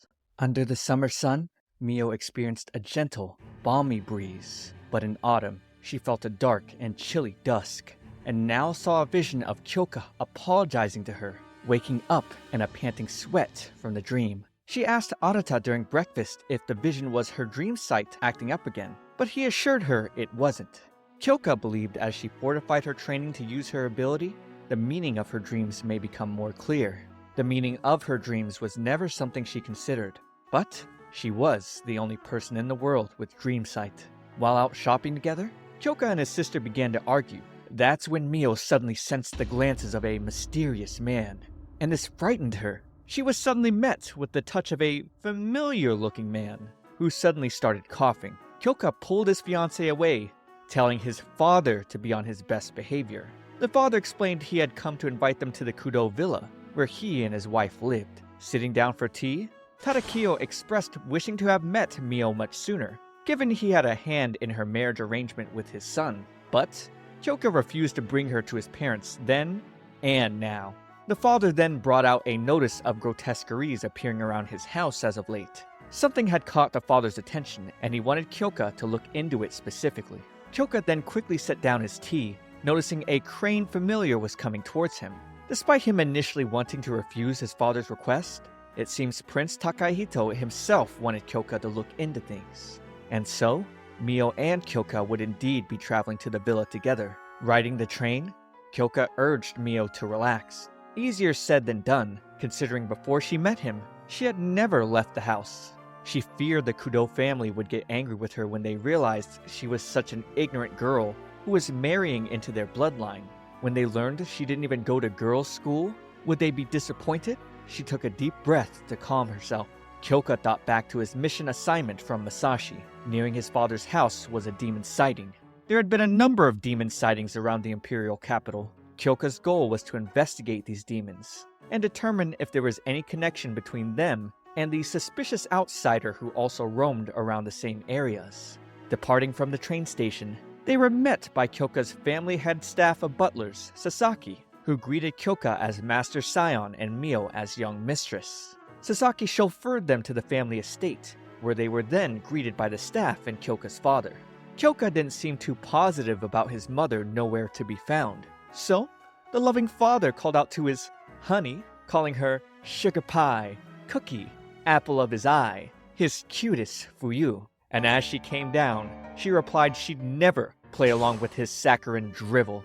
Fuyu went straight to Kyoka, remarking how he never even visited during New Year's or Oban, calling him a cold, unfeeling son. He responded by saying he felt no peace anytime he saw her face, and she was astonished, telling him the head of the Kudo should know how to hold his tongue. Mio then greeted her, but as expected thus far, Mio's greetings would not be met with warmth. The mother asked her son who this shabby attendant was with him. Kyoka was distraught by those words, but Fuyu went on, asking which farm Mio originated from, because if she were any more plain, she'd be invisible, and that if he kept such an unsightly woman by his side as the head of the family, his character would be put into question. Mio did not receive this well, understandably. Kyoka dared his mother to say that again, and she just kept going, having been waiting to finally meet his fiancée, not this ugly woman standing beside him. But to that, Kyoka's intense lightning rained outside due to his emotions. Fuyu scolded him for getting so riled up, reminding him she didn't raise him this way, but he personally had never once looked at her as his mother. Mio tried to calm Kyoka down, but seeing this, the mother told Mio to take her hands off his son. She mocked Mio, calling her a low-born daughter that could never marry the head of their family. Kyoka had enough, but Tadakio managed to intervene before things could escalate further. Picking up his things, passing by, Kyoka uttered to his mother that if she said anything like that to Mio again, he'd kill her. He apologized to Mio for this horrible experience, but she assured him she was alright. She put the seed in her mind that perhaps she needed to get his mother to accept her in order to relieve things. After a short rest, the two ventured around the town together, exploring various scenery. Mio was particularly interested in animal wood carvings made by farmers who worked in the fields here. Kyoka offered to buy as many as she liked. Now learning Kyoka was the Kudo's son who had come all the way from the imperial capital, the shop owner warned him of the disturbing rumors that had been circulating around recently. Some locals say they had seen demons when they went out logging. Others say they had seen a suspicious person entering a rundown shack on the outskirts of town. With these tips in mind, Kyoka and Mio enjoy watching the sunset together. He apologized once again for his mother's words. Mio assured him that she was fine. The past wasn't something she could change, but she really wanted to have a good relationship with his mother. Hearing her resolve, he accepted trying to do things her way this time. Shown to their guest room for the night, Mio was losing it seeing there was only one bed. She was finally going to sleep beside her husband-to-be? It's not like she didn't want to. She just wasn't mentally prepared yet. She shrieked, running outside the door to quickly ask for a second bed. The very same night, Takahito was meeting with Arata.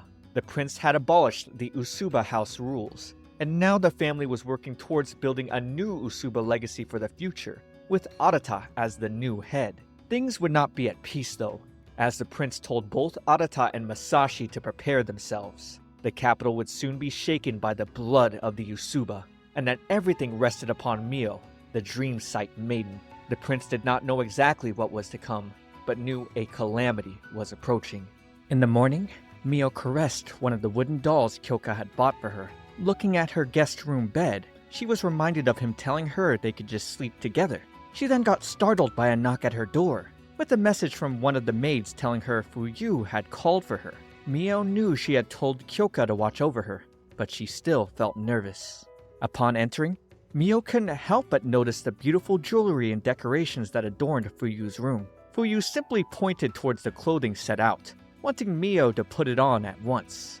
It was servant clothing. Fuyu believed that it was sufficient for someone like Mio, and she'd be working alongside their servants from now on. Her reasoning was that she never consented to Mio staying under their roof. Mio simply complied while Fuyu continued to grumble about her son being engaged to such a shabby girl. On top of that, Fuyu didn't respect the Saimori family and felt there was no need to build a relationship with them. Hey, on that, I can agree.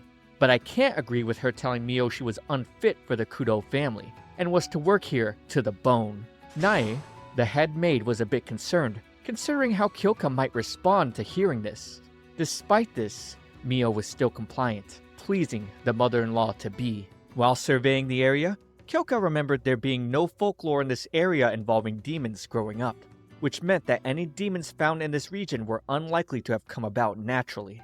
He learned from the shop owner he had visited the other day about the location of the rundown shack, where a suspicious person often visited, all while Mio took on servant work, the same as she had done back at her family's house. She had a work ethic that the other maids quite admired.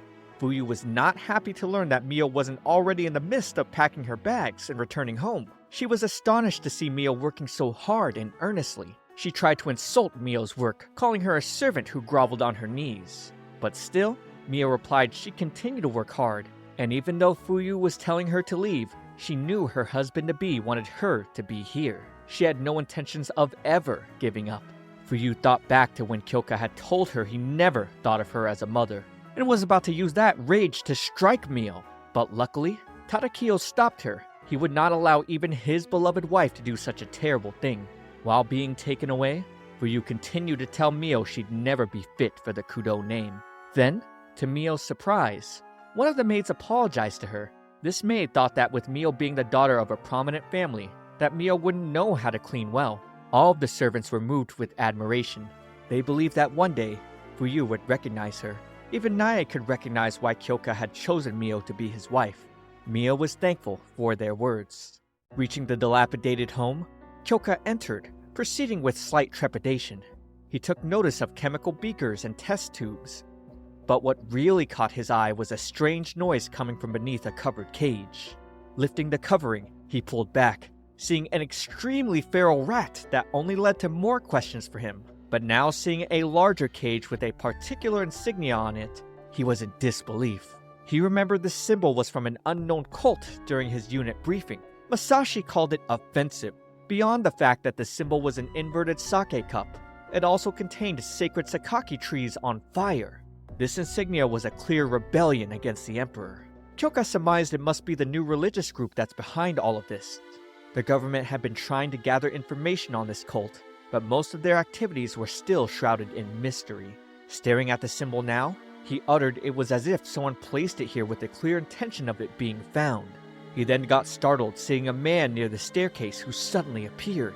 The man spoke Kyoka's name in anger, while using his abilities to try to harm him, but Kyoka easily evaded. Kyoka noticed the man's movements and abilities were so unbalanced. He seemed to be anomalous. The man came outside, eyes red sparked, shooting the building glass at Kyoka, who had no issues blocking. Kyoka then retaliated, holding back with a simple lightning bolt, coming forward to tell the man to identify himself. The man just began laughing, responding hysterically that the founder had bestowed him the greatest of blessings, a sacred power that was beyond all human understanding, and then blew himself up right in front of Kyoka, leaving only flames behind. The Gifted Communion. Kyoka learned that was the name of this cult, and now he believed bringing Mio here might have been a mistake that put her in danger. Seeing her waiting for him, he ran to Mio, and he was happy that she was the same as normal. After she set him down tea, she got a little flustered with him telling her to sit down beside him. She was too far, so he wanted her to scoot closer. He put a blanket on for both of them to share in order to warm her. He wanted to know if his mother had said anything to her, and Mio took their interaction as a way to understand his family better. She thought it was much different than the Saimori household, like there was an undercurrent of kindness here. She hadn't seen a single face in this house with a dark expression since she arrived, and even believed his mother was the one who protected the family here. She thought Fuyu was amazing. Kyoka was appalled. This was the first time anyone had said something like that. He wondered if Mio was just tolerating mistreatment. However, she was certainly fine, asking him to watch over her just a bit longer. To this, he held her in close, responding he'd continue to watch over her without a word. On another day, Mio was determined to see Fuyu, breathing a deep sigh before knocking on the door. Seeing Fuyu lying in bed, she wondered if her mother-to-be was sickly. Fuyu wasn't feeling well, having been scolded by her husband. Mio's purpose here was to get Fuyu to talk to her son. She felt the warmth in this household was a result of Fuyu, and she learned the warmth of family because of Kyoka. She wanted them to reconcile. However, Fuyu rejected this notion. Later, Naya would explain to Mio that Fuyu was strict for the sake of the Kudo family, particularly when raising Kyoka as the next head. Tadakiyo then added that as a result of this, Kyoka had harbored some aversion when it came to women. Sitting down for tea, he apologized, blaming himself partly for why his wife behaved so harshly. Fuyu was a gentle, noble woman when they first met, but she did not allow herself to be merely a pretty wife. Their family responsibilities were a heavy burden, and Fuyu carried far too many of the expectations others have had for the Kudo family. She had been so uncompromising about living this way, she even subverted her true nature. Mio was shocked, thinking back at how much Kyoka and his mother resembled each other. The father was reassuring, letting Mio know his wife understood how much Kyoka needed her. Suddenly, they heard a knock at the door. A woman and her son were calling for the commander's help. The son had witnessed a demon eating his companions. The man became frantic, suddenly choking and asking for help. Kyoka then left to where the demon was spotted immediately. Inside the mansion while caring for the man, Mio considered using her dream sight ability to save him, but she was hesitant since it was dangerous without Arata. Fuyu then arrived, telling them all to get away from the man. They didn't know what was causing his condition, and it could potentially put everyone in danger. Mio cleared this up though, also clearing the misconception of Fuyu believing she had no ability, exposing the fact that she was from the Usuba bloodline. She began to use her powers in an attempt to save the man. Entering the dream world, she began to run towards the cherry blossom tree, but she suddenly got stopped by Arata, who called out to her. He scolded her for having become so gallant and nearly choosing to use her ability all by herself, but was relieved he made it on time. Fuyu was astonished to hear Arata was confirming himself both as Mio's cousin and head of the Usuba house. Regardless of the dangers though, he still believed Mio's ability was needed to save the man writhing in pain, so she got to it with him watching over. Making his way to the villagers, Kyoka learned a demon appeared at the rundown mansion and had attacked them. The three in front of him decided to take off to avoid being eaten. Reaching the place, a man was waiting for him. This man claimed there were no such demons. All he had done was give power to those without supernatural abilities. He justified himself, saying he liberated those who lived in fear of those who had abilities. That this world was distorted because only a select few could share the knowledge of abilities and grotesqueries and think they're in control of everything. Kyoka powered up, tired of hearing the man's nonsense. However, the man was serious in his belief that his cult was in the right and doing right, and every person would be truly equal in this country because they could give power to those who possessed none. Attempting to strike first, Kyoka dismantled the man's attack with no effort. The man expected this. He believed Kyoka was a privileged man, a man who had everything because he was born with powerful abilities. The man then whistled as Kyoka was about to engage, and soon disappeared, telling Kyoka their founder, Naoshi Usui, was going to create a new world order under their gifted communion cult. The mansion began to shake, and from within appeared an amalgamation with a black aura. With two cult members riding atop, this feral beast was the demon. Going for its attack, it was stopped by Tadakiyo's ice powers. Kyoka's father wanted to help. They divided the enemies, Kyoka taking on the beast, while his father displayed his talent as the previous anti-grotesquerie unit commander. The father had no issue defeating the shrouded men. Kyoka's intense lightning then shot down the demon, but upon defeating the bad guys, they discovered the demon was actually a man who had ingested what was in the strange vial. Meanwhile, Mio found the woman's son in his dreams and cured him of his ailment, causing him to pass out. However, that wouldn't be enough, because a demon's hand suddenly grabbed him, dragging him further as a horn started manifesting in the real world on his head. Mio then used everything she had, shining a bright light, waking up to Arata calling out to her. The man ultimately recovered, thanks to Mio's ability. Kyoka then made it back, and the two shared a loving embrace of relief. But of course, Kyoka wanted to know what Arata was doing here. It was actually Prince Takahito who asked him to come here personally. Kyoka then relayed what he knew, and showed the blood vial that let demons take over the human body. Arata let off a big gulp, hearing the name Naoshi Usui, because that man also had Usuba blood within him from a branch family. Arata didn't expect to hear the name of a man from their branch family who disappeared off the face of the earth one day. He had the same ability as Mio's mother, and was Sumi's prospective fiancé. But after Sumi was married off to the Saimori, he broke away from the Usuba family and vanished. After Arata left, the weight of being a part of the Usuba weighed on Mio as well. Kyoka attempted to comfort her by keeping her warm. He was certain she must be frustrated both because of the Usui incident and because of his mother. He knew Mio was trying her best, but imparted on her that one could not get what they wished for overnight. He was thus going to do what she couldn't do and leave what she should do to her. That's how he wanted them to live. If they helped cover for each other, they could manage anything as a married couple. She's become someone he couldn't live without a long time ago.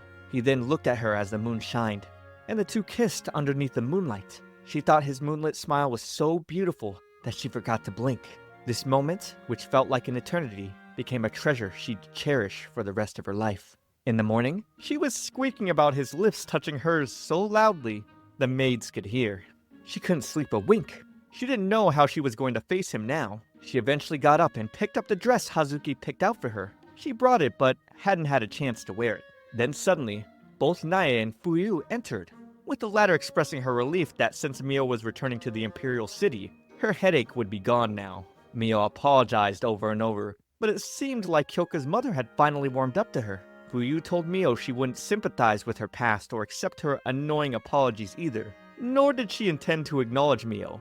In fact, she called Mio ugly, impolite, dull, and uneducated with no dignity whatsoever. But the spirit she showed trying to act on Kyoka's behalf might be enough for Fuyu to acknowledge her. Just barely, but good enough.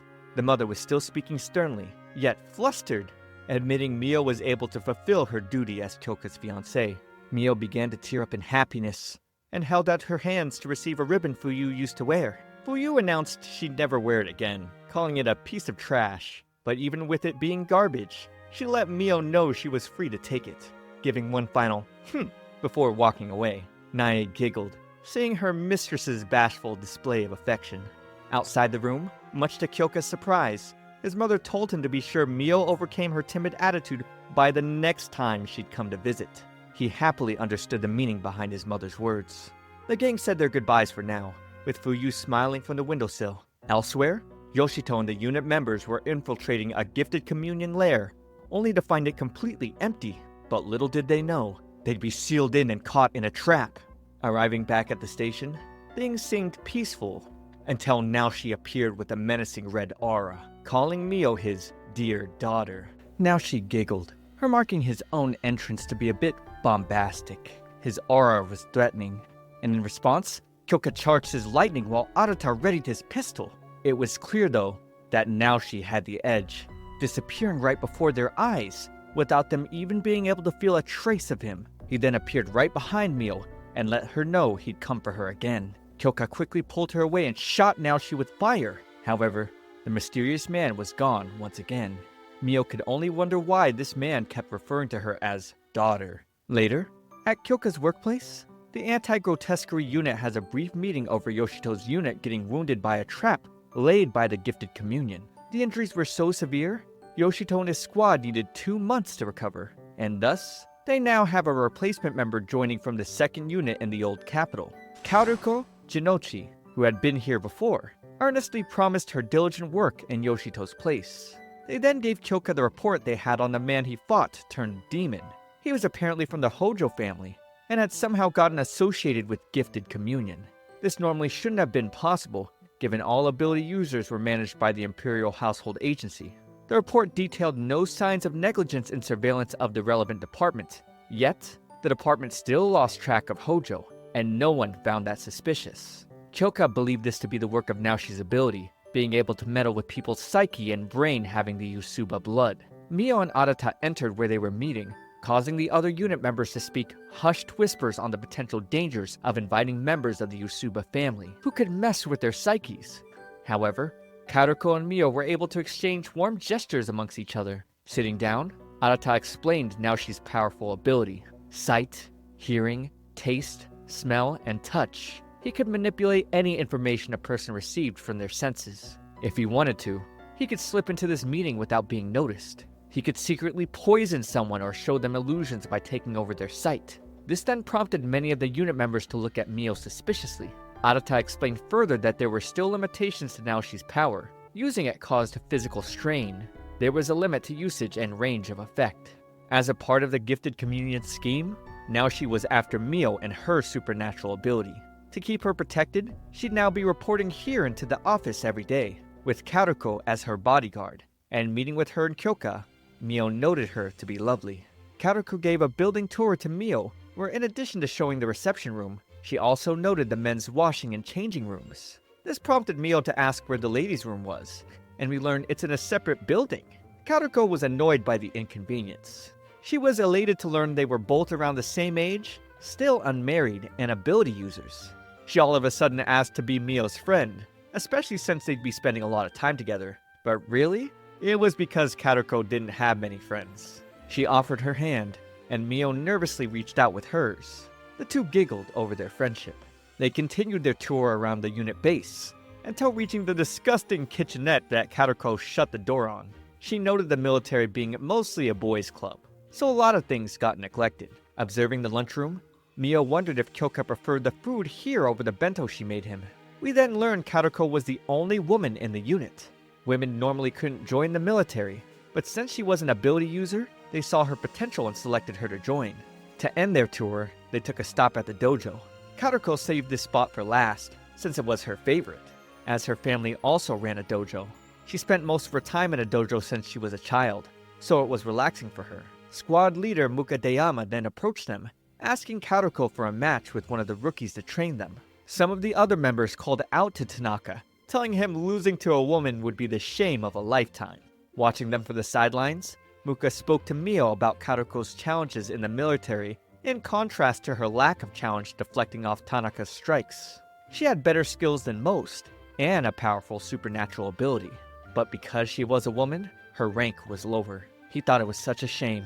He then stated women end up being a burden however hard they work, and thought the same would go for Mio. There were some here who thought it was a nuisance to have women wander around the station. On top of that, Mio had Usuba blood. In a way, she was an enemy to all ability users. Mio had felt something to that effect the whole time here.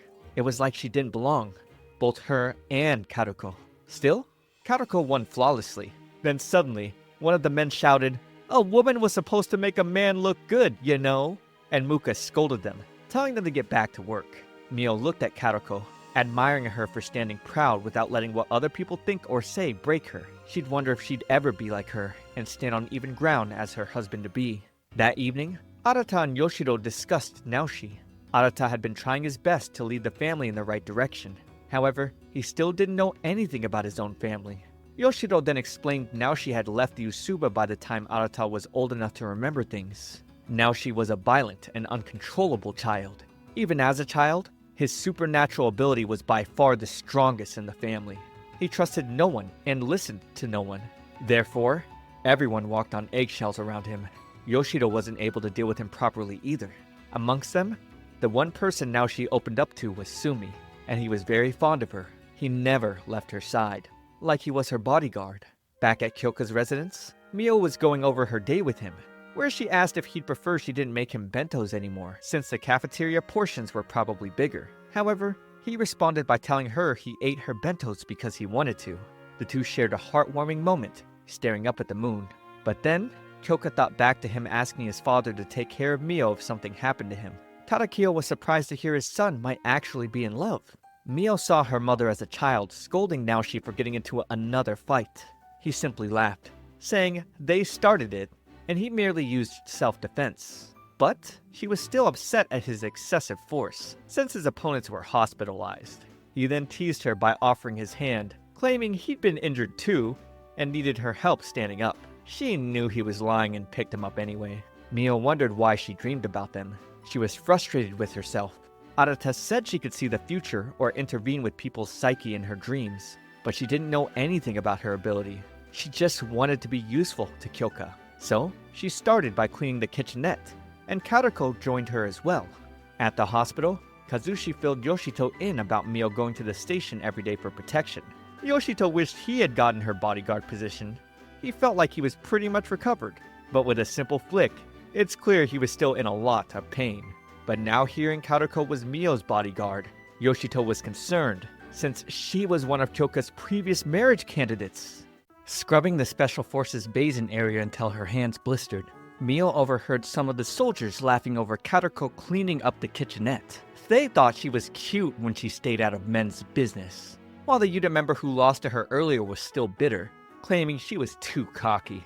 Mio stood up to the three, saying she heard this unit was merit-based, so even a woman should be able to join if she had the skills for it.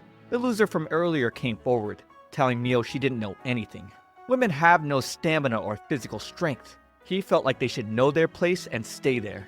Mio clapped back, responding that if he didn't want to acknowledge Karuko so badly, then maybe he should just beat her for once. That definitely struck a nerve. He was about to commit assault until Karuko stopped him. She smiled at Tanaka, telling him he was supposed to keep his palm open while he saluted.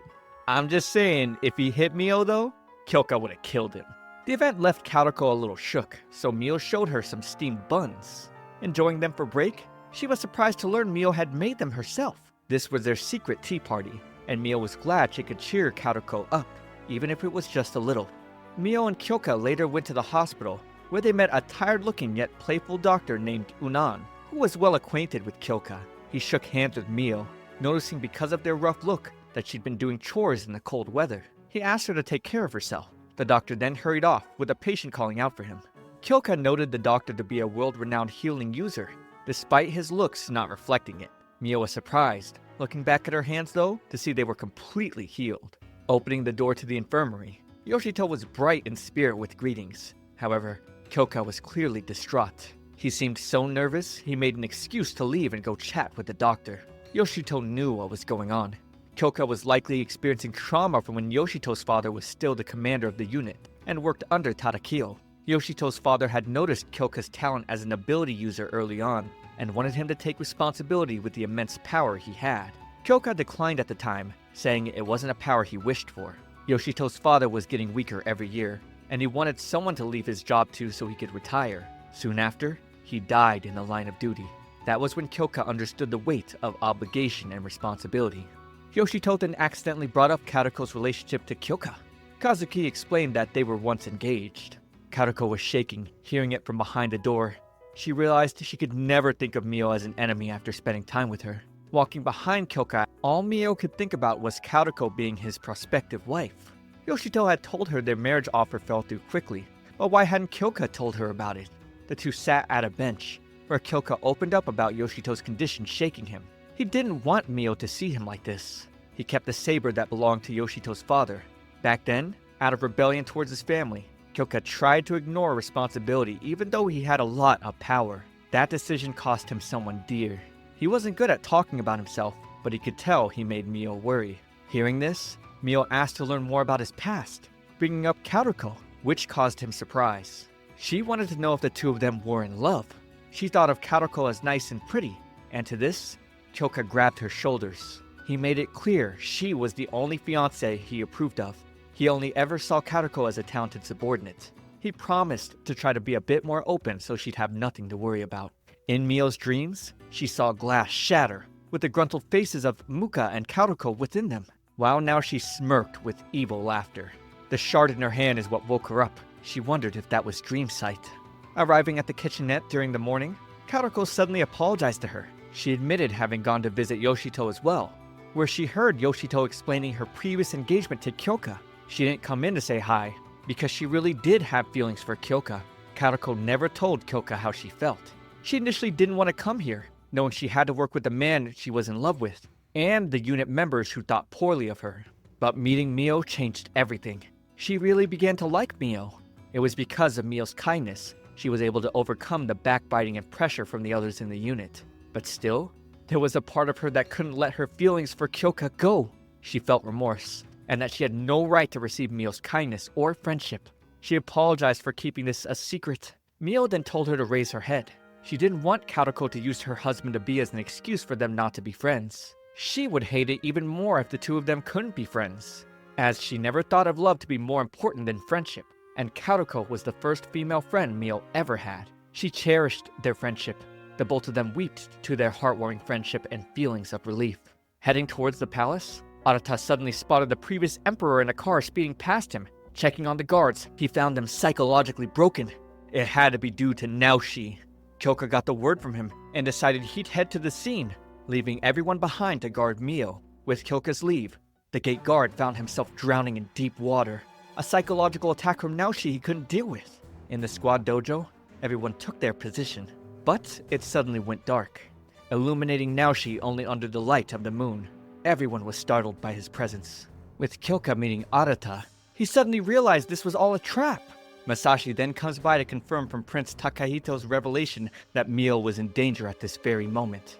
Back at the dojo, Muka tries to discreetly send out a familiar to warn someone from the outside they are dealing with Naoshi. However, the crane burns up from the barrier.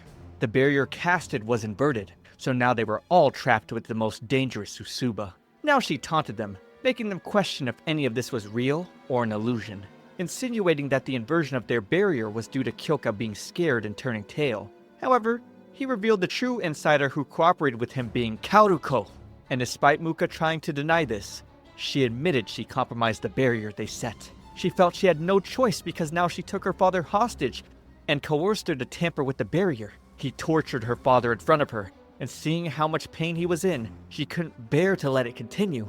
She apologized, knowing she's failed as a soldier. But this was all a trick. Now she never did that. The soldiers even confirmed they saw her father at the dojo perfectly fine recently. When the truth set in for Karuko, now she began to laugh. The horrifying state she saw her father in was a complete illusion, meaning her betrayal was for nothing. The unit members then started fighting amongst themselves, seeing each other as communion members and grotesqueries. This was all going exactly as Naoshi had planned. Muka went for his attack on Naoshi, but even he succumbed to an illusion, finding himself at the edge of a steep cliff, getting stabbed immediately by Naoshi and falling to the ground.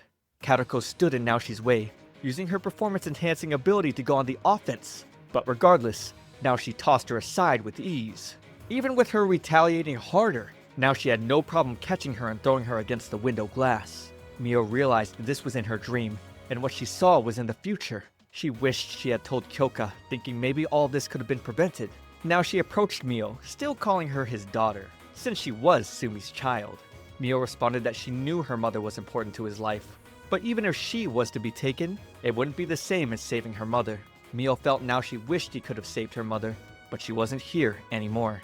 Getting irritated, now she smirked and giggled, diving for her neck, when Kyoka suddenly intervened with his lightning. He broke through the barrier, but this still wasn't enough to stop Naoshi, who shook everyone with psychological pressure and then disappeared.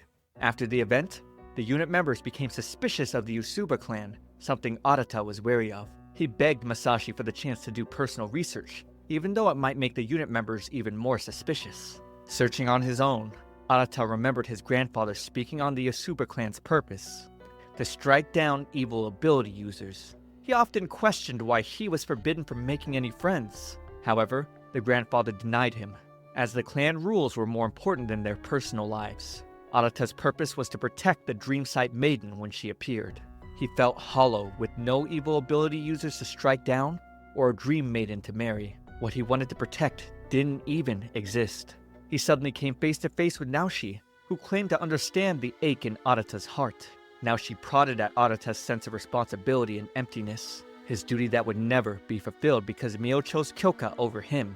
Arata tried to deny Naoshi, but that's when the man smirked, offering him a place in the gifted communion. Back at base, Muka apologized to Mio, saying he was entirely wrong about his impression of her. When face to face with Naoshi, he witnessed her valiant and dauntless spirit, and now recognized his mistake. He recognized that her being an Usuba and a woman had no bearing on anything. He now saw her as truly courageous. She was then relieved to learn Karuko would likely be getting a lighter sentence. Later, Mio had a relaxing dinner at Hazuki's place. It was a joyous occasion to celebrate everyone making it out all right. With Mio stepping outside to get charcoal, it was there she met with Karuko. Learning Karuko would be returning to the old capital, she's come here to say goodbye to Mio. She felt she wasn't worthy of being Mio's friend, but swore she'd do whatever it took to redeem herself for the mistakes she made earlier. Mio then came in for a hug, accepting Karuko fully.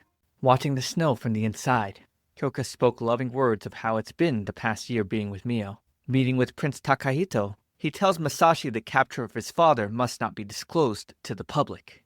A calamity was approaching, and they needed to do their best to prepare. Walking together, Mio got so flustered hearing this would be their first shrine visit of the year together, she stumbled into Kyoka's arms. She couldn't stop thinking about the kiss from last night. She knows at this point, it'd be the second time, but she just couldn't seem to settle down. She wondered how Kyoka could be the same as ever. She felt so hot that she could practically boil over. She assumed he'd probably be used to things like that by his age. But maybe she was thinking about it too much, and now questioned if she was indecent. The two were able to enjoy this small break with the prince's blessing. After enjoying the booths for a bit, they tossed their coins and gave their prayers. Mio's sole wish was to remain together with Kyoka. She's a little scared though. The feeling in her heart has gotten so big, she felt like she wouldn't be able to keep it all in. Kyoka explained that every year, he usually prayed that the imperial capital remained in peace. But this year, he added he wanted to be together with Mio forever. He was a little embarrassed saying that out loud, but he took her hand and the two walked with love in their hearts. Hearing the sounds of drumming, Mio was horrified to learn it was from the gifted communion. The cult members opened a cage, revealing a grotesquerie in the form of a chicken. Normally, they shouldn't be visible to those without abilities. The cult members spread fear by telling the people the government was leaving the threat of these beasts uncontrolled, and that in order to control the monsters, they all needed supernatural abilities. The communion members then used powers to light the chicken ablaze and offered giving abilities to the people. Everyone was distraught, but then Yoshito and the special unit appeared to shut down this show, and thus the communion members were taken away. Demonstrations like this have been happening all over the capital these days. Kyoka then gave Mio a shikigami for self-defense. Now, their break was over.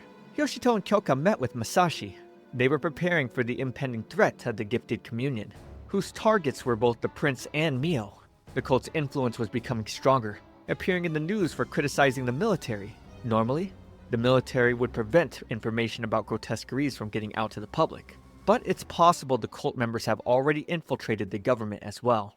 Mio was having another dream of the past, spotting Naoshi with her mother. Sumi didn't know what else she could do, but now she swore to be the sword that protects her. He wasn't going to let anyone stand in the way of her dreams. She wanted him to think of her as his scabbard. She begged him not to use violence. But strangely, Naoshi from the dream was able to spot Mio, and this woke her up. The couple arrived at the palace, as this was the best place to keep both her and the prince safe. And there, Hazuki and Yuri were waiting as well.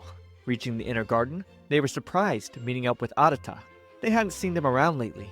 He'd be serving as Mio's guard, since Kyoka was assigned to guard the prince. Eating a meal together, Mio wondered if Arata wasn't feeling well. He seemed a little glum, but he assured her that wasn't the case. That evening, Kyoka and Yoshito met with Karuko over a call. They recounted the illusion she experienced with her father getting tortured, and learned her father had been called to the imperial capital during that period. But there were no records for his requests to the capital. Kyoka suspects there were at least 2 traitors in the military, one who sent the letter and the other who deliberately concealed it. But he still didn't know who. When Prince Takahito was having an important meeting with his ministers, he bestowed the task of identifying the traitor to his right-hand man known as Hawkeye's Takakura. Many did not like the prince for simply ruling in place of his father, but knowing Naoshi slipping into the palace was assured, Takakura was the only man the prince could trust. Takakura observed the minister of the imperial household as hostile towards the prince, but that was a given since he was the leader of the anti-Takahito faction. The Minister of Education was always lobbying for a lower military budget. This minister was always supposedly siding with the prince, but always making that evident leaves gaps for enemy exploitation. There was the Army and Navy minister who constantly bickered as well. The Army minister in particular tended to side against supernatural abilities, since nowadays they had cutting-edge weaponry developed with science. The prince spoke calmly towards them, commanding a united front against the looming threat of the gifted communion. Mio was then met with a surprisingly peaceful evening with the prince, Hazuki, and Yuri. Hazuki wanted them to have a ladies' night, and the prince went along with it, telling them they could call him Miss Takako. They had one more guest though, Karuko, communicating from the other side of a mirror. It was clear Hazuki had prepared all this to make Mio feel at ease.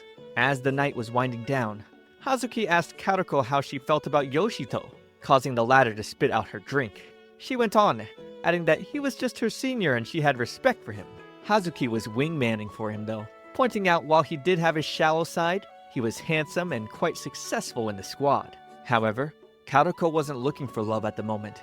She felt it was easy to get lost in it, and that frightened her. This also scared Mio a little.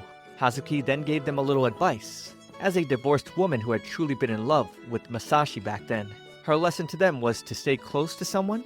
They needed to communicate their love and create a bond with them that was unbreakable. Life was short, and they couldn't afford the luxury of fear. Karuko, completely drunk and sleepy, wished Mio the best. The mood was heartwarming. As Mio tidied things up, the prince decided to have a leisure chat with her. He felt they could relate, since their abilities were somewhat similar. The gift of revelation allowed him to see fragments of the future. He often felt lonely, having to interpret the meaning of the visions he had that could impact the lives of many. He then mentioned a horrifying vision that he had involving snow that spooked her. Seeing Kyoka off the next day, she prayed for it not to snow. With Arata guarding Mio, he explained emotions could affect one's ability. He grabbed her hand, letting her know if there was something she couldn't tell Kyoka, she could tell him. Because if anyone tried to trouble her, he'd do anything he could to destroy them. The Minister of Education then arrived, under the guise of having gotten lost. He was here to taunt them for their supernatural abilities, especially discriminating since the Yusuba's abilities could interfere with people's psyches. He offered a large sum of money to request Arata's services. Takakura then arrived, telling the minister to leave, and he took off. The driver thanked Arata for his service in a sinister manner. That night, Kyoka was relieved to find Mio alright after that incident. When they got to their room, they found a single futon for them to use, probably due to the prince's doing. And they both tried to politely offer it to each other until they slept in the same bed, completely flustered. They couldn't sleep, so they decided to chat, and she asked him if he'd ever been in love before. Looking back, he couldn't recall having any feelings of love or romance, but now he understood that he was numbing himself to any prospect of reciprocated feelings. Perhaps he was too afraid to take an honest look at any of the candidates.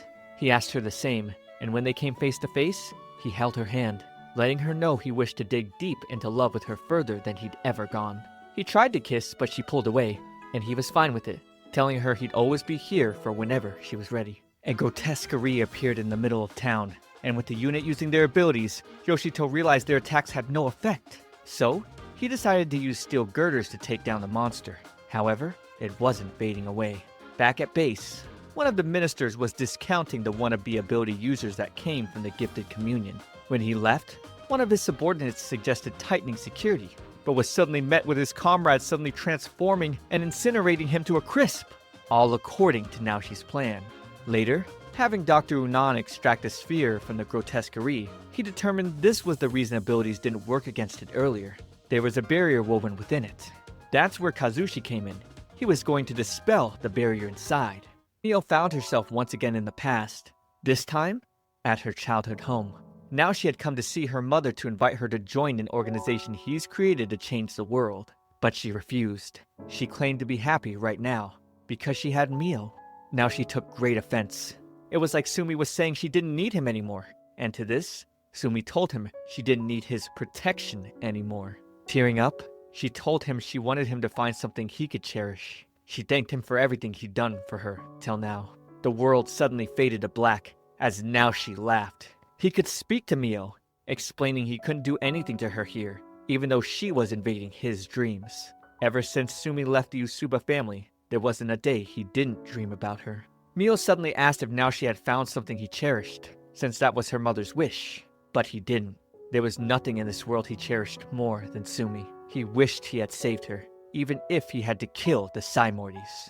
Now, he wanted to return the world to how he believed it was supposed to be. A world where the Yusuba family ruled the nation. And after he destroyed everything, he wanted to offer this new world to Mio. He needed nothing from Mio at the moment, but for her to simply wait until her power fully awakened. One day, she'd yearn to use it to control the minds of everyone, and he's come up with an excellent idea for that to happen: killing Kyoka. She woke up suddenly, and checking outside, she noticed the snow. This was a part of the prince's ominous vision. She had to hurry to let Kyoka know about this immediately. She looked, but no one was around. The guards outside were dismantled by the driver from the other day. He force-choked Hazuki, but as he approached, she did what she could to give Mio time to get away. It was momentary, however, because he choked her further, forcing her to let down her barrier. Catching up to Mio, he held one of the spheres that turned a man into a grotesquerie and swallowed it, transforming into a monster himself. Back where Kazushi undid the barriers of the sphere, within were materialized parts of a grotesquerie. Now that he knew how the sphere functioned, he could easily dispel them right on the spot. All the while, Mio was getting gripped by the man-made monster.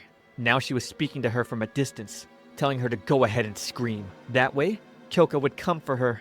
She refused. She wouldn't put Kyoka in danger no matter what. And so, she activated her ability. At the same time, now she was helping the Minister of Education kill the Army Minister. His aim was to become Prime Minister. And now, the entire military facility was under control of the Gifted Communion. Sinking herself further and the monster further within dream sight, Mio wished her beloved would come to her rescue. And with swift work, he did, easily dismantling the monster with the help of Kazushi. This unfortunately meant 2 bullets piercing through Kyoka's body, with the assailant being Arata, who explained the Emperor has been placed in protective custody of the military with the help of the Gifted Communion, and His Majesty has ordered them to detain Kyoka. Arata turned on them, and was now declaring Kyoka to be a heinous criminal who tried to harm the Emperor. Being pulled away and bleeding out, Kyoka finally told Mio he loved her, and wished he had told her sooner, leaving her a crying mess on her knees. Out from the Shikigami meant to protect Mio, a small boy appeared, vowing to protect her. Waking, Mio was frantic over the events from last night, crying into Hazuki's arms. Takakura briefed everyone on Kyoka's location, and that the Gifted Communion had seized headquarters and the stations. They've even taken over the chain of command. The anti-grotesquerie unit came hunting for Kyoka, but luckily, Prince Takahito called for the Navy to drive them out. And now security at the palace was being reinforced. Mio was still concerned for her fiancé, but Hazuki assured her Kyoka would make it through. Wow. Arata expressed no interest in becoming friendly with Minister Hojo. His only goal was to make Mio the ruler of this world. Trying to sneak out in the morning, Mio was stopped by the little boy, who introduced himself as Kyoka's Shikigami. He assured her Kyoka was alright, and she immediately ran to hold him. The boy then pointed towards Takakura, who led them down an emergency passage that the prince asked him to guide them through. Reaching their escape, Mio decided to call the boy Kyo. They arrived at the Usuba house, where Mio spoke to her grandfather. The grandfather was on her side, but even though she wanted to progress with her dream sight maiden powers, he didn't want her to rely on power for everything. He didn't want her to become like Naoshi. That's when Mio decided to ask about the struggles of the Usuba clan's past. He explained that originally, Naoshi's family, the Usui clan, was a distant branch family. They lived in a farming rural area, but he took Naoshi in after a particular incident. Naoshi's parents were killed by burglars. The clan was only allowed to use their abilities on ability users. That was the rule. They were not supposed to use their abilities to restrain ordinary people. However, Naoshi broke that rule and had the burglars kill each other. The Usuba family took the matter seriously and decided to seal Naoshi's powers. But then, Naoshi met Sumi. Thanks to her caring nature, he slowly opened up to her and began to cause less trouble. The adults in the clan saw this as a positive change and decided to postpone sealing his abilities. They were overly optimistic. They hoped the two would eventually get engaged and lead the Usuba family together. But Emperor Mikado suddenly intervened. Tsuruki trading fell into decline, and Sumi accepted the offer to marry into the Saimori family. Naoshi was the one who opposed this the most. He was devastated and then disappeared. The grandfather then showed Mio the Book of Dream Sight, passed down the clan for generations. The contents of the book spoke of the awakening basically being a state of mind, something no one else should be able to help with. That night, Mio offered Kyo a place by her bedside, causing him to get embarrassed as he refused. He eventually gave in and decided to sleep beside her, telling her not to regret this later. During Mio's dreams, she met her mother who showed her the way. Young Sumi was often scolding Naoshi. She told him many times not to hurt others, and that if he did want to hurt someone, he could hurt her. He was shocked at her determination, but he promised to stop. Seeing his finger bleeding, Sumi sucked the blood off and bandaged his hand up. She begged him to take better care of himself. The two spent their days together, and she eventually vowed to become the Dream Sight Maiden. That way, she could ask the Emperor to abolish the rules that tied their family down to secrecy. She wanted the Usuba clan to be able to walk proudly with their heads held high. She told Naoshi she wanted him to be her sheath, because she was going to be the sword to open up the new world, and he was honored. She was disheartened later. As she got older, learning her ability was telepathy. Apparently, those with telepathic abilities couldn't be dream sight maidens. But even without that power, now she still wanted to help her fulfill her dream. He wanted to be her protective sword instead, and for them to look for an ideal world together. They promised on it. When she accepted marriage into the Saimori family, he was furious that she broke her side of the promise. But in her eyes, she was protecting her entire family. She'd do anything to allow her family to live happily. She was passing on her dreams to him. She wanted Naoshi to cooperate with others and find a way for everyone to be happy. But now she wanted her to run away with him, somewhere far, where they could make her wish come true. She took his hand off her though. She was serious about her path. He was distraught the day she died, but he'd never say goodbye to her, knowing he could always see Sumi in his dreams. Mio wondered what her mother would say to him if she were still alive. She walked up the steps, taking Kyoka's hand, lighting the cherry blossom tree brightly. Later, her grandfather realized she awakened her ability, and she was going to use it to stop Naoshi. With Arata approaching Kyoka's cell, Kyoka quickly learns there's no point in trying to use his ability. There was a barrier placed that sealed supernatural abilities. Kyoka was furious, unsure why Arata betrayed them, and the Usuba clan leader only responded that everything he did was for the family and for Mio. Mio, meanwhile, was heading with Kyo to the military station to see Yoshito. Kyo warned her that the gifted communion could be there too, and that it was too dangerous, even if her ability awakened. At the front gate, people were protesting the government for deceiving them and being enemies of the people. So, Mio led Kyo to the back, a place she had never been before, but had seen using her dream sight. They found themselves approached by the anti-grotesquerie unit with Yoshito, who was relieved she was safe. He was quite playful towards little Kyo as well. The unit had to go all out, given they were both manipulated army soldiers and a horde of grotesqueries. If they didn't have proper command, they would have been wiped out. Mio suddenly told Yoshito she would be heading out to save Kyoka tomorrow, and she needed his help. At first, Yoshito wanted to play as her bodyguard, but Kazushi entered for the job instead. There's something else she wanted Yoshito to do. The minister from before entered angrily, questioning Naoshi on why Prince Takahito was still in power and under the protection of the Navy. Instead of giving a proper answer, Naoshi just had the man burned away. He was confident he'd have everything with Mio by his side. At this time, Mio was visiting Kyoka's father.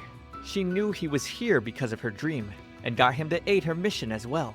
Upstairs, she met with Kyoka's mother, who sighed knowing how dangerous this mission would be. She asked Mio if she had feelings for Kyoka of the Kudo family, or Kyoka, the man that he was.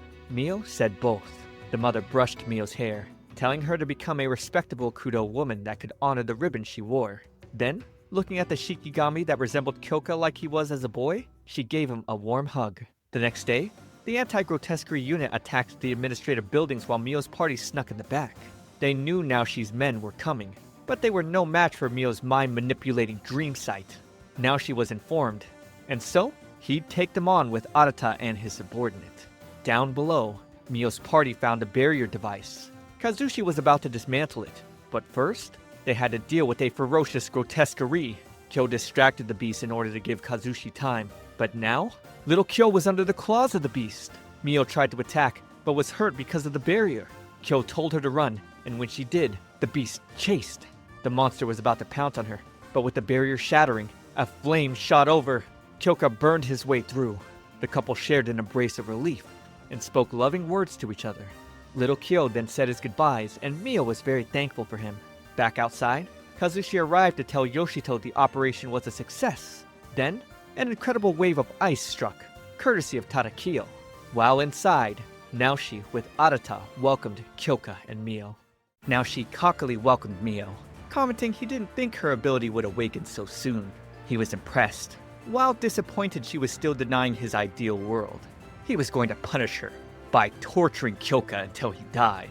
Naoshi began with an illusion of crows, finding an opening to attack while Kyoka continued to dodge. Kyoka found a blade, and now the two were duking it out.